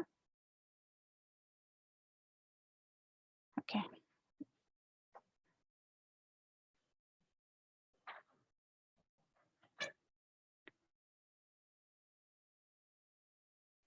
ओके. अ, एक चांगली गोष्ट म्हणजे आपल्या लेक्चरसाठी बरं का, एक यूएसवरनं स्टुडंट जॉइन करते आहे. तर ती म्हणते, की मला हे खूप लेक्चर्स आवडतात आहेत आणि अभ्यास आणि ह्या दृष्टीने खूप चांगलं होत आहे आणि एक क्वेशन ओके, शुभेच्छा असं करून तिने थांबलेलं आहे. सो चांगलं आहे, की हळू लोकांना बऱ्याच जणांना म्हणजे ह्याची माहिती होती आहे लेक्चरची. ही सगळ्यात महत्त्वाची गोष्ट आहे. So deep thinking madam, thanks for giving different views on simple shlokas. Okay, thank you. कालाची चिकित्सा कशी करावी? ऋतुचर्या पाळून का? असा एक क्वेशन विचारलाय. काळाची चिकित्सा जी आहे ना, तर काल हे औषध आहे, असं आपण म्हणूयात काळाची चिकित्सा करण्यापेक्षा. आणि आपण जेवढं प्राकृतिक वागू ना, म्हणजे निसर्ग नियमानुसार जेवढं वागू, तर ती आपण काळाची नाही हां, आपण शरीराची चिकित्सा करतोय. हां. आणि काळ हे एक द्रव्य आहे, की जे आपण चिकित्सेसाठी वापरतोय, असं आपण म्हणायला पाहिजे. म्हणजे काय? तर ब्राह्मे मुहूर्ते उत्तिष्ठेत पहिलंच आपण दुसऱ्या अध्यायातलं जे वाक्य आहे, स्वस्थो रक्षार्थम आयुषः. आयुष्याचं रक्षण करायचं असेल, तर ब्राह्म मुहूर्तावरती उठलं पाहिजे. म्हणजे काळ हे एक औषध आहे, हे लक्षात घ्या. म्हणजे आपल्याला जर स्वास्थ्य मिळवायचं आहे, तर ब्राह्म मुहूर्त हे त्याचा काळ आहे. ओके. त्याच्यानंतर जर आपल्याला तमोगुण मिळवायचा आहे, तर रात्री जागरण हे तमोगुणाचं कारण झालं. तर काळाची चिकित्सा असं पण म्हणण्यापेक्षा आपण चिकित्सा शरीराची करतो आणि त्याच्यासाठी द्रव्य म्हणून म्हणजे चिकित्सा द्रव्य म्हणून काळ वापरतो, असं आपण उलटं म्हणायला पाहिजे. आणि ऋतुचर्या पाळून का? हा छान प्रश्न आहे. तर काळाची चिकित्सा जी आहे ना, तर ती करण्यापेक्षा आपण शरीराची चिकित्सा योग्य काल शरीरामध्ये उत्पन्न करून किंवा योग्य काली शरीरामध्ये त्या गोष्टी करून असं म्हणायला पाहिजे. आता हे खूप वेगवेगळे काल शरीराच्या दृष्टीने आपण अपेक्षित आहेत बरं का. तर त्याच्यामध्ये एक भोजन सेवनाचा काल असंही आलेलं आहे. तर भोजन कधी सेवन करावं? तर त्याच्यामध्ये वेगवेगळ्या गोष्टी आलेल्या आहेत. तर मग त्याच्यामध्ये प्रसृष्टे विन्मूत्रे, हृदि सुविमले, दोषे स्वपथगे, वाते अनुसरते, तथाच अग्नौ उद्रिक्ते, विशद करणे, देहे च सुलभो, प्रयुंजित आहार विधी नियमितम कालम सही मतः. तर हा जेवण घेण्याचा काळ सांगितलेला आहे. मग ह्या काळामध्ये कोणत्या-कोणत्या गोष्टी आहेत? तर प्रसृष्टे विणमूत्रे म्हणजे काळाच्या अनुषंगाने जर बघितलं तर विण आणि मूत्राचा त्याग करून मग अन्नाचं सेवन करावं. हा काळ झाला. म्हणजे ह्या दोघांमध्ये आधी काय करावं, नंतर काय करावं? क्षणादी कालाच्या नुसार आपण जर विचार केला तर आधी कधी सुद्धा मलमूत्र विसर्जन आणि नंतर आहाराचं सेवन. बरोबर? त्याच्यानंतर हृदी सुविमले, दोषे स्वपथगे, दोषे स्वतःच्या स्थानामध्ये असताना. वाते अनुसरते, वाताचं अनुसरण म्हणजे अनुलोमन असताना. तथाच अग्नौ उद्रिक्ते, अग्नी उदीरण झालेलं आहे की नाही हे आधी बघा आणि मग आहार घ्या असं. असं जर का केलं ना, तर मग आपल्याला स्वास्थ्य प्राप्त होईल. ऋतुचर्येच्या अँगलमधनं जर बघितलं तर काळामध्ये, क्षणादी कालामध्ये जिथे बदल होतायत, तर त्या बदलांमुळं निसर्गातल्या वातपित्त कफांमध्ये बदल होत आहेत आणि त्या निसर्गातल्या वातपित्त कफांमध्ये जे बदल होत आहेत, त्याला शरीराने अकस्टम करावं म्हणून जे आपण बदल करतो, तर ते जे झाले ते ऋतुचर्यातले बदल. सो ऋतुचर्येतले बदल आहेत ते. काळाची चिकित्सा म्हणण्यापेक्षा काळ हे द्रव्य चिकित्सेसाठी असं म्हणून आपण विचार करायला पाहिजे. काळाला आपण नाही थांबवू शकत. त्याच्यासाठी हे काय भगवान जे आहेत श्रीकृष्ण, तर त्यांचा आपण हे करू शकतो. पण काळ जर का आपण चिकित्सा द्रव्य म्हणून जरूर वापरू शकतो, हे मी नक्की सांगू शकते. ओके. काल, अर्थ, कर्म चा हीन मिथ्या अतियोगात ट्रीटमेंट कशी करावी? हां, तर त्याच्यामध्ये काळाच्या हीन मिथ्या आणि अतियोग जे आहेत ना, तर आता काळाला तर आपण बदलू शकत नाही. समजा आता उन्हाळ्यामध्ये पाऊस पडतोय. एक उदाहरण आपण घेऊयात. तर पाऊस पडतोय तर ग्रीष्म ऋतूमध्ये काय असायला हवं? तर नॉर्मली वाताचा जो आहे तो क्षय ग्रीष्मामध्ये व्हायला हवा. परंतु तिथे जर का पाऊस आहे, तर ह्याचा अर्थ काय तर वाताचा क्षय प्राकृततः होत नाहीये. तर मग शरीरामध्ये लंघन करणं किंवा जो दिनचर्या आणि ऋतुचर्या जी सांगितली, तर मग ती कुठे कोणत्या प्रकारची ऋतुचर्या पाळणार तिथे तुम्ही? पाऊस पडतोय म्हणून पावसाळ्याची का ग्रीष्म ऋतू काळानुसार आहे म्हणून काळाची? तर मग तिथे लंघन करणं, त्याच्यानंतर दिनचर्या सांभाळणं, रसायन कर्म करणं आणि आचार रसायन सांभाळणं ह्या ज्या गोष्टी आहेत ना, तर त्या कालाच्या हीन मिथ्या आणि योग, अतियोग जे आहेत, तर त्याच्यामध्ये आचार रसायनाचं सगळ्यात महत्त्व राहतं. आणि म्हणून तुम्ही जर बघितलं असेल ना, तर भूमी, वायू, देश, काल असं आलेलं आहे. जिथे जनपदध्वंसाचं वर्णन आलेलं आहे आणि सगळ्यात ज्याचं आपल्याला निवारण करता येत नाही, असा जो आहे तो काल सांगितलाय आणि म्हणून तिथे आचार रसायनाचं महत्त्व येतं. सो आचार रसायन जर सांभाळलं ना, तर त्याच्यानुसार विकृती जी कालाची आहे, तर त्याला आपण मात करू शकतो, असं आपण तिथे म्हणायला हवं. तर आता खूप छान प्रश्न विचारला आहे संजीवनीने. तर होमवर्क सुद्धा की आचार रसायन लिहून काढायचं सगळं. कसं आहे मला होमवर्क द्यायला आवडतो म्हणजे त्या निमित्ताने ना वाचन होतं आपलं. म्हणजे अदरवाईज फक्त शुक्रवार ते शुक्रवार, जुम्मे के जुम्मे होईल वाघ, बट मध्ये अजिबात उघडला जाणार नाही. तर तसं नको व्हायला म्हणून होमवर्क देते बरं का. गर्भिणीची केस सांगितली त्यामध्ये ती गर्भिणी असताना अ, कर्कश आवाज बाजूला होणे आणि ते हेतू ठरलं आणि म्हणून नंतर बालकामध्ये इंद्रिय विकृती आली. परंतु मग इथे हेतू परिवर्जन कसे करता येईल? हां, स्थानाचा त्याग करणं ही एक गोष्ट आहे. म्हणजे आता खूप आवाज येत आहेत ना, तर एकतर काचा-बिचा बंद करून घेणं. परंतु स्रोतस्स मोकळी ठेवणं ही गोष्ट महत्त्वाचं राहील. अगदीच जर भयंकर त्रास होत असेल ना, तर साउंड प्रूफ वगैरे जे असतात काचा एखाद्या खोलीला तशा पद्धतीचं, की जिकडनं आवाज येतो आहे. परंतु घरातले जे एकमेकांशी बोलण्याचे आवाज आहेत ना, ते तर नॉर्मल पिचचे ऐकू येतील की नाही. तर त्या संदर्भामध्ये विचार करायला हवा. तर असं ते करायला हवं होतं, की नुसत्या काचा बंद ठेवून जर का आवाज कमी येत असेल, तर ती गोष्ट ठीक आहे. कसं आहे, की कन्स्ट्रक्शन आणि ह्याची कामं आपण बघतो, की बऱ्याच वेळेला इतर ठिकाणी चालू असतात. पण म्हणून 24 तास आणि 24/7 असं कानात बोळे घालून बसणं ही गोष्ट योग्य नाही. ओके. दर्शन परीक्षा explain so nicely. Thank you. First जो व्याधी होतो तेच निदान असतं का? मॅम. पहिल्यांदा जो व्याधी होतो तेच निदान असतं का? असं विचारले आहे. मला प्रश्नाचा रोख नाही कळलेला. नंतर आपण संजीवनीला अनम्यूट करूयात पाहिजे तर.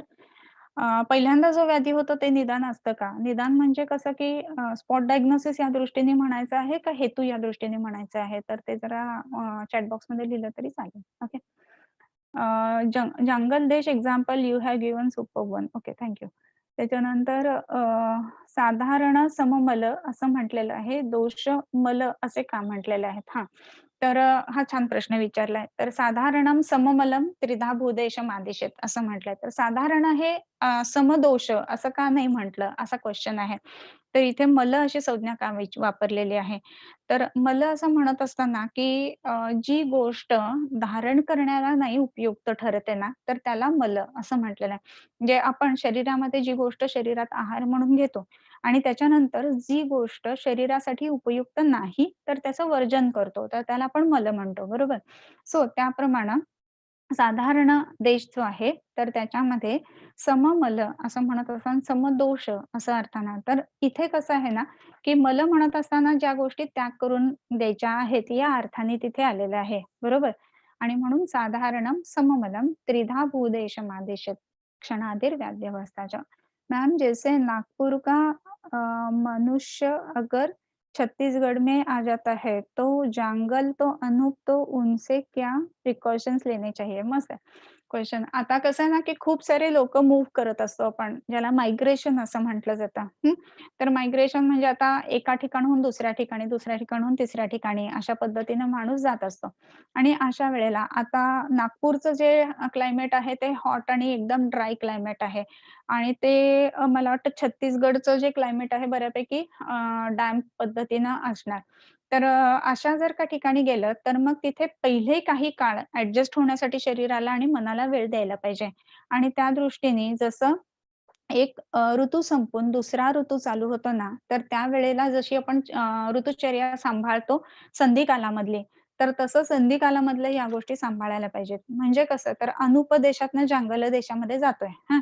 म्हणजे आपण त्याचा विचार असा करायला पाहिजे, की तो हा जो हेमंत शिशिर ऋतू आहे, तर तिथनं तो पुढच्या ऋतूमध्ये म्हणजे ग्रीष्म ऋतूमध्ये चाललेला आहे.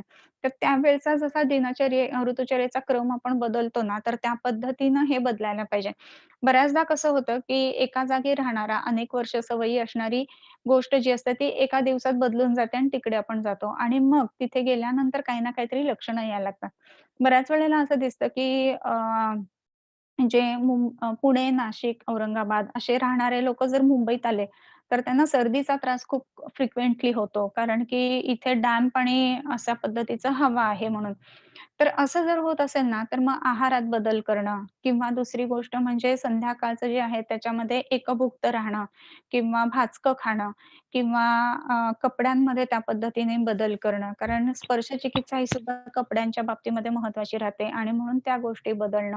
तर असा जर बदल केला ना, तर मग तो बदल जो आहे, तर त्याला शरीर इझिली ॲडजस्ट करू शकतं आणि मग तिथनं होणारे जे हे आहेत जे शरीरातले दोष आहेत, तर त्यांच्यामध्ये विकृती न येता शरीर त्याला अकस्टम करायला लागेल. तर ह्या पद्धतीनं.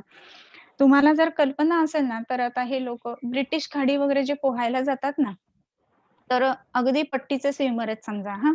आणि पट्टीचा स्विमर असला ना, तरी त्याला उद्या पोहायची आहे ना आणि तो आज पोहोचलाय, असं कधीच होत नाही. मग काय होतं, तर त्याला जर का उद्या पोहायचंय म्हणजे एक उदाहरणार्थ 25 तारखेला पोहायचंय हां. तर तो 1 महिना तिथे आधी जाऊन राहिलेला असतो. का? तर ॲक्लिमटाइज होण्यासाठी असा एक शब्द ते वापरतात लोकं. आणि मग त्या ब्रिटिश खाडीमध्ये ते प्रॅक्टिस करतात. तिथल्या वातावरणाला सेट होतात. ब्रिटिश खाडीचं जे पाण्याचं टेम्परेचर आहे त्याला ते अक्लिमटाइज होतात. हे अक्लिमटाइज होणं आहे ना, ही गोष्ट म्हणजे आपण ज्यावेळेला देशाचं स्थलांतर करतो तर त्या दृष्टीने. इव्हन जर का आपण बघितलं असेल, की हे माउंटेनिअरिंग करणारे जे लोकं असतात. आता कुठलं आपलं कळस तो एव्हरेस्ट चढायचं आहे समजा आपल्याला. तर एव्हरेस्ट चढायचं आहे. तर आता माझी समजा 1 तारीख आहे चढायची, तर मी तिथे 30 तारखेला पोहोचलो. तर असं नाही घडत कधीच. तर कमीत कमी 15 दिवस, 20 दिवस, 1 महिना ते बेस कॅम्पला राहतात. तिथल्या वातावरणाशी अक्लिमटाइज करून घेतात. स्वतःच्या शरीरामध्ये बदल घडवून आणतात. खाण्यापिण्यामध्ये चेंजेस करून आणतात आणि मग हळू करत ते माउंटेनिअरिंगला जातात. तर असं जे आहे ना, अशा पद्धतीनं केलं तर त्याचा त्रास होत नाही. अर्थात पर्वताश्लेषात ही गोष्ट करू नये असं म्हटलेलं आहे. पण तरी सुद्धा साहस ही जी गोष्ट आहे ना, ती तिथे घडत नाही आणि म्हणून अचानक बदल झाल्यानंतर शरीरात व्याधी उत्पन्न होतात ना, ते व्याधी होऊ नयेत म्हणून हे अक्लिमॅटायझेशन केलं जातं. तर हा छान प्रश्न विचारला आहे, की नागपूर आणि छत्तीसगड असं म्हणताय. तर त्याच्यामध्ये गेल्यानंतर हळू बदल करणं हा गोष्ट महत्त्वाची राहते. ओके. काही व्याधींमध्ये देशांतर गमन चिकित्सा सांगितली आहे, त्याविषयी कसा विचार करावा? ओके. छान प्रश्न आहे सायली. तर देशांतर गमन हे विशेष करून तुम्ही जर बघितलं ना, तर राजक्षमय व्याधीमध्ये आलेलं आहे आणि कुठे राहायला जावं? तर जंगल प्रदेशामध्ये राहायला जावं असं म्हटलेलं आहे आणि म्हणून तुम्हाला जर का इतिहासाचा विचार केला तर माहिती असेल ना, तर माधवराव पेशवे जे होते, की ज्यांना राजक्षमा झालेला होता, तर ते पुणं सोडून थेऊर म्हणून जे गाव आहे तिकडे जाऊन राहिलेले होते. की जे त्या मानाने आणखीन उंचीवरती आहे किंवा पठारावरती आपण म्हणू असं आहे. आणि अशा ठिकाणी राहिल्यानंतर देशांतरगमन झाल्यामुळं चांगली हवा मिळाल्यानंतर बदल होतात आणि म्हणून विशेष करून राजक्षम्य व्याधीमध्ये देशांतरगमनाची चिकित्सा आहे. तशाच पद्धतीने आपण असाही विचार करू शकतो, की जो माणूस अनूप देशामध्ये राहतो आहे आणि ज्याला त्वचारोग वारंवार होत आहे. तो जर का काही कारणानिमित्त जर आपण बघितलं जंगल देशात राहायला गेला ना, तर त्याचे त्वचारोग त्या मानाने लवकर बरे होतात. सो कुठल्या देशात राहतो आहे, हे सुद्धा महत्त्वाचं आहेच आहे.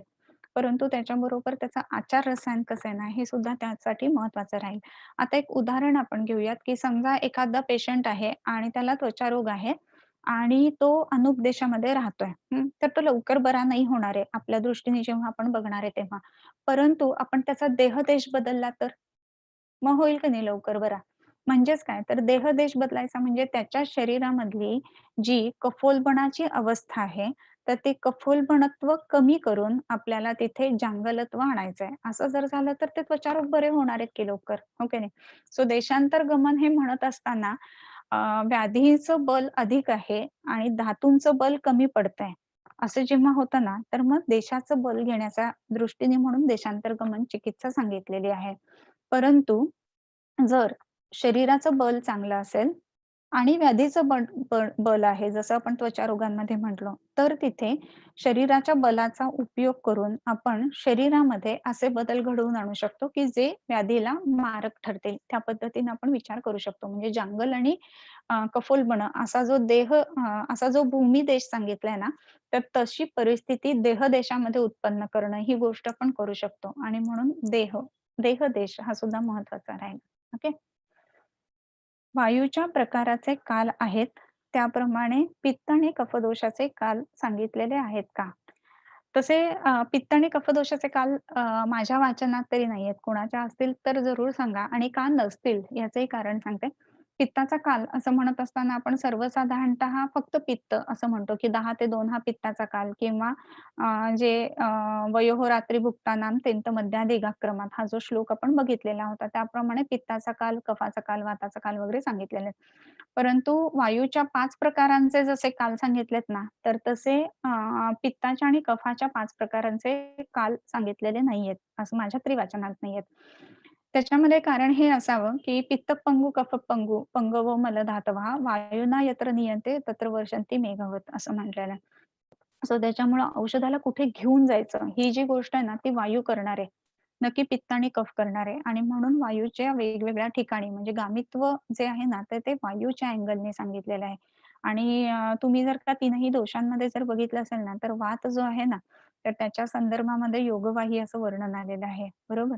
आणि म्हणून वायूच्या संदर्भातले जे 5 प्रकार आहेत, त्यांचं वर्णन भेषज कालाच्या दृष्टीने आलेलं आहे. ओके. त्याच्यानंतर हीन सत्व पेशेंट्स कभी सैटिस्फाइड नहीं होते हैं, बरोबर.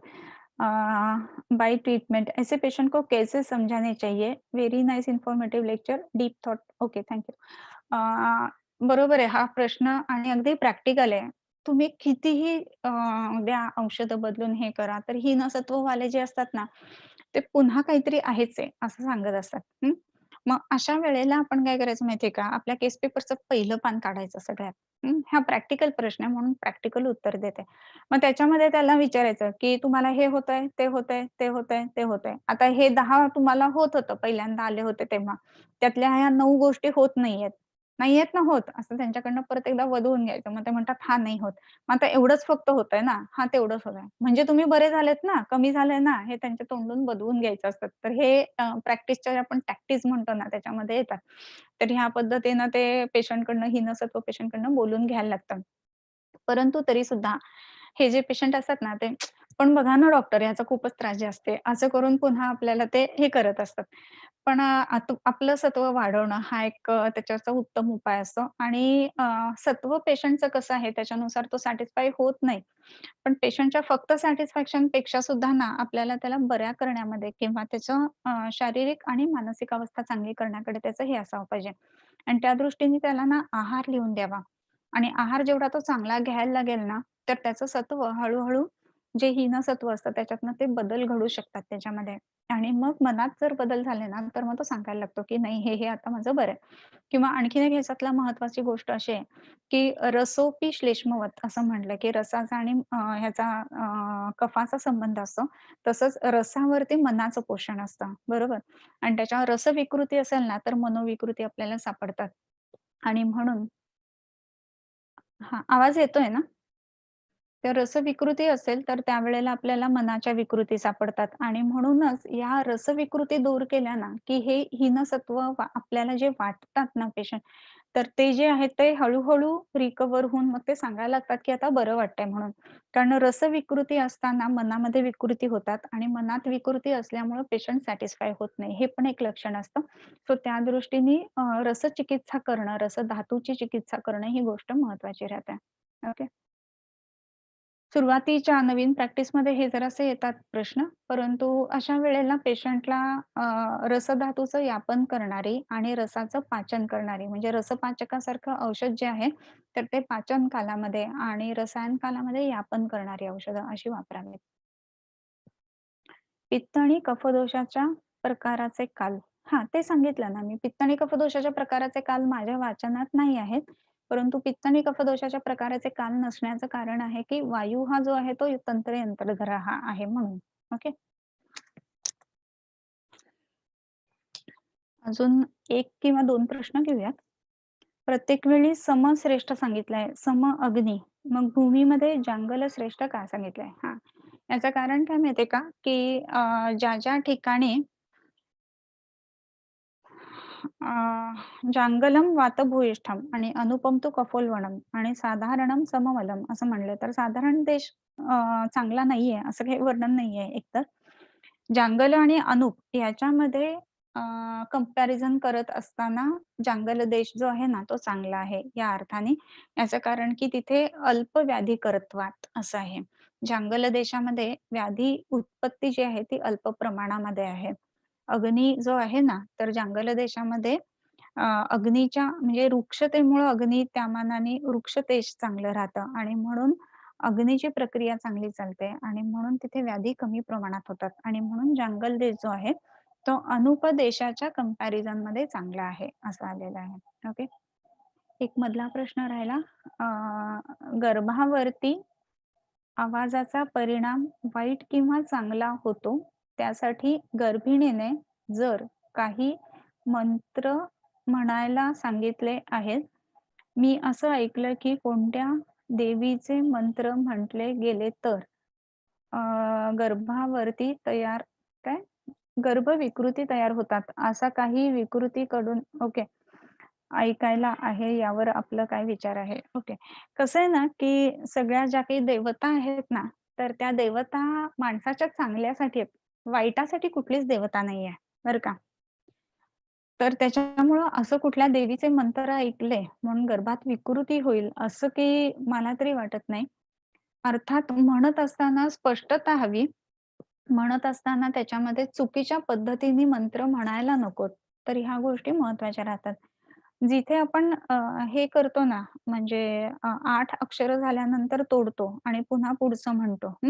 तर असं जर असेल ना, तर ते एक त्याचं एक उदाहरण म्हणून सांगते तुला. अ, समजा असं तो हा आहे ना, महामृत्युंजय मंत्र वगैरे आहे ना, तर त्याच्यामध्ये माम रक्षेत असं असेल हां, तर माम माम आणि रक्षेत असं आलं. तर आपण त्याला मचा पाय तोडला आणि अरक्षेत, माम रक्षेत असं जर पूर्ण म्हटलं तर अरक्षेत असा अर्थ होईल त्याचा. सो जिथे आपण शब्द तोडतो ना, तर तिथे आपण उच्चार बरोबर करतोय का, ही एक गोष्ट बघायला पाहिजे. आणि एक महत्त्वाची गोष्ट अशी आहे ना, की असं म्हटलं जातं बरं का, की खूप लोकं देवाचं जे करतात ना, तर त्या देवावरती प्रेम असतं म्हणून करतात असं नाही होत. मग देवाला घाबरतात म्हणून करतात. म्हणजे हे नाही केलं तर ह्याचा कोप होईल, ते नाही केलं तर त्याचा कोप होईल. असं नाहीये बरं का. म्हणजे कसं असतं, की आपण म्हणतो मी हे करीन आणि ते करत नाही. तर मग त्या प्रॉब्लेम्स येतात. म्हणजे दैव-व्यपाश्रय चिकित्सेमध्ये ज्या गोष्टी आपण बघतात त्या. किंवा नवस आपण बोलून घेतलेला असतो आणि तो केला नाही, तर त्या गोष्टी होतील. परंतु मुद्दामून होऊन कुठली देवता तुम्हाला त्रास देईल असं काही नाहीये बरं का. आणि म्हणून देवाला घाबरण्यापेक्षा ना भक्तियोग करावा. तर भक्तियोगाने ह्या गोष्टी सहज साध्य होतात. आणि म्हणून त्याच्यामध्ये बऱ्याच वेळेला एक हे मंत्र शेवटी म्हटला जातो. तुम्हाला जर माहिती असेल तर, की मंत्रहीनम क्रियाहीनम वगैरे, वगैरे. पण हे सगळं जे काही मी केलेलं आहे, तर ती मी भक्तिपूर्वक आहे, तर ते तू गोड मानून घे, असं म्हणून सांगितलं जातं देवांना. तर जे काही चुकलं असेल ते सुद्धा देवालाच अर्पण केलं ना, की ह्या गोष्टी थांबतात. आपण मागून घेऊन जेव्हा करतो ना गोष्ट, म्हणजे नवस बोलून जेव्हा गोष्टी करतो ना, तर त्या गोष्टींचा विचार मात्र इथे करायला पाहिजे. मंत्र बोलणे आणि ऐकणे यामध्ये फरक पडेल का? चुकीचे बोलण्यापेक्षा ऐकणे बेटर आहे का? हां, जर आपल्याला बोलता येत नसेल ना, तर ऐकावं. हा ऑप्शन नक्की चांगला आहे. जर आपल्याला म्हणता येत नसेल तर. ऋग्वेदातले वगैरे जे काही ऋचा आहेत ना, तर त्या विशेष करून आपल्याला एवढ्या म्हणायला येत नसतात. आपण स्वतःहून वाचून म्हणू ना, तर येत नाही. मग काय असतं जनरली श्लोकांची संथा दिली जाते. हे आपण दवाखान्यामध्ये वगैरे तुम्ही बघितलं असेल. बऱ्याच वेळेला आपण श्लोक जेव्हा नवीन एखादा अध्याय शिकवतो, तर त्यावेळेला आपण असे म्हणून घेतो, की शोधनं शमनं चेती. मग मुलं म्हणणार, शोधनं शमनं चेती, समासादौषधं द्विधा, समासादौषधं द्विधा. हे ऐकून जे म्हटलं जातं ना, तर त्याला संथा घेणं असं म्हणतो. तर ह्या पद्धतीनं जर शिकलो आणि मग जर म्हटलं, तर ते जास्त चांगलं आहे. हां, बरोबर ते आवाहनं न जानामि, न जानामि विसर्जनम् हा जो म्हटला जातो, की जे काही माझं चुकलेलं आहे ते परिपूर्णम तदस्तु मे. तर ते तुला परिपूर्ण तू करून घे. या अर्थाने भक्तिहीनम जनार्दन असा शब्द आलेला आहे बरं का. तर असंच हे काही सगळं आहे. तर त्या संदर्भामध्ये आपण श्लोकांचा विचार जेव्हा करतो, तर येत नसतील ना, तर आपण आधी ऐकून ते पाठ करावेत. तर ती गोष्ट चांगली आहे आणि ऐकत असताना आपल्याला संस्कृतची जर का थोडी माहिती असेल ना, तर आपण त्या अँगलने ऐकू शकतो. पण संस्कृतची माहिती नसेल ना, तर खूप वेगळ्या पद्धतीनं मंत्र म्हणले जाऊ शकतात आणि मग त्याचा अर्थाचा अनर्थ होतो. म्हणजे माम रक्षेत असं म्हणत असताना माम रक्षेत असं जर म्हटलं तर माम अरक्षेत असा अर्थ त्याचा होतो. तर ह्या पद्धतीनं त्याचा विचार व्हायला पाहिजे. परंतु देवता कुठल्याही वाईट नाहीयेत हे मात्र लक्षात घ्यायला पाहिजे. कसं आहे ना, की सत्वगुणातनं उत्पन्न अशा ह्या देवतांचं उत्पत्ती जर का तुम्ही बघितली असेल, आता तुम्ही प्रश्न विचारतातच म्हणून मी तुम्हाला होमवर्क सांगते. त्याच्यामध्ये जो सृष्टी उत्पत्ती सिद्धांत आहे ना, तो लिहून काढा. तर त्याच्यामध्ये ईश्वराची उत्पत्ती कुठे येते ते बघा. म्हणजे तुम्हाला समजेल, की सत्वानी उपहत असं जे चैतन्य आहे ना, ते म्हणजे ईश्वर आहे. आणि मग त्याच्यानंतर इकडे या बाजूला जे आहेत ती इंद्रिय वगैरे तयार होत असतात. तर ते ईश्वराची उत्पत्ती कुठे आहे हे बघून घ्या. म्हणजे मग ईश्वर का आपल्याला हे करतील ना, सत्वगुणयुक्त असतील तर ते. हो की नाही? सो त्या दृष्टीने विचार करायला पाहिजे. सो मंत्रांना वगैरे घाबरणं ह्याच्यापेक्षा त्यांचा अर्थ समजून घेणं आणि ते जर का ऑडिओ ऐकले ना, तरी सुद्धा त्याचा अर्थ हे आहे. अ, हे मी म्हणते असं नाही बरं का. देवी महात्म्यामध्ये असा रेफरन्स आहे, की जर तुम्हाला स्वतःला म्हणता येईल म्हणजे सप्तशती जे आहे ना त्याच्यामध्ये, की जर तुम्हाला स्वतःला म्हणता येत नसेल तर इतरांकरवी करून घ्यावे आणि आपण ऐकावं आणि ऐकताना आपण सादर मात्र असावे, असा काहीतरी देवी महात्म्यामध्ये शब्द आहे. सादर म्हणजे आदरपूर्वक, नम्र भावाने असे हे श्लोक ऐकावेत. म्हणजे असं तिकडे चालू आहेत आणि आपलं पण करतोय, तर नाही होणार बरं का. उदाहरणार्थ समजा 1,00,000 वेळेला जप करायचा आहे एखादा हां, एक उदाहरण सांगते आणि 1,00,000 वेळेला जप करायचा आहे आणि आपण स्वतः केला, तर आपलं वाचा तप होईल आणि त्याच्यातनं आपण मध्ये बोललो होतो त्याप्रमाणे परापश्यंती मध्यमा वैखरी ह्या दृष्टीने वैखरीतनं परेपर्यंत ते पर्कोलेट होईल. मुरेल आपल्या शरीरामध्ये तो जप आणि त्याचा परिणाम आपल्या शरीरावरती आणि मनावरती दिसेल. परंतु आपण समजा स्पीकर लावून ठेवला आणि तो जप रिपीटेडली होतोय, आपण ऐकतोय, ऐकण्याचा परिणाम चांगला येईल हां, नाही असं म्हणत नाही. पण जर का तसं असतं ना, तर त्या मशीनलाच मोक्ष मिळेल ना हो नंतर, की त्यांनी इतक्या वेळेला जप म्हटला. पण तशी गोष्ट घडत नाही ना. मशीनला नाही मोक्ष मिळत. कारण ऐकणारा आणि इंद्रिय असं ज्याचं शरीर आहे ना, त्याच्यामध्ये ते बदल होणार आहेत आणि ते बदल आपल्यामध्ये होण्यासाठी म्हणून अपेक्षित आहे. स्वतः म्हणणं ही गोष्ट उत्तम आहे. म्हणता येत नसेल तर ऐकून शिकून घेणं ही गोष्ट चांगली आहे. आणि त्याच्यापेक्षा थोडंसं आपण ज्याला म्हणतो, की ऐकणं ही गोष्ट चांगली आहे. परंतु ऐकत असताना पूर्ण कॉन्सन्ट्रेशनने, पूर्ण लक्ष देऊन ह्या पद्धतीने ऐकलं तर ऐकण्याचा परिणाम जो आहे, तो म्हणण्याप्रमाणे मिळेल असं आहे. ओके. हां, आय थिंक सगळे प्रश्न झाले आहेत. सो आज आपण थांबूया. आजचा जो आजचा एकच दिवस असा होता, की आपण थोडंसं आपलं टायमिंग जे आहे ते पुढे घेतलेलं होतं. पण पुढच्या शुक्रवारी नेहमीप्रमाणे आपण 5 वाजताच भेटणार आहोत. ओके. सो थांबूया.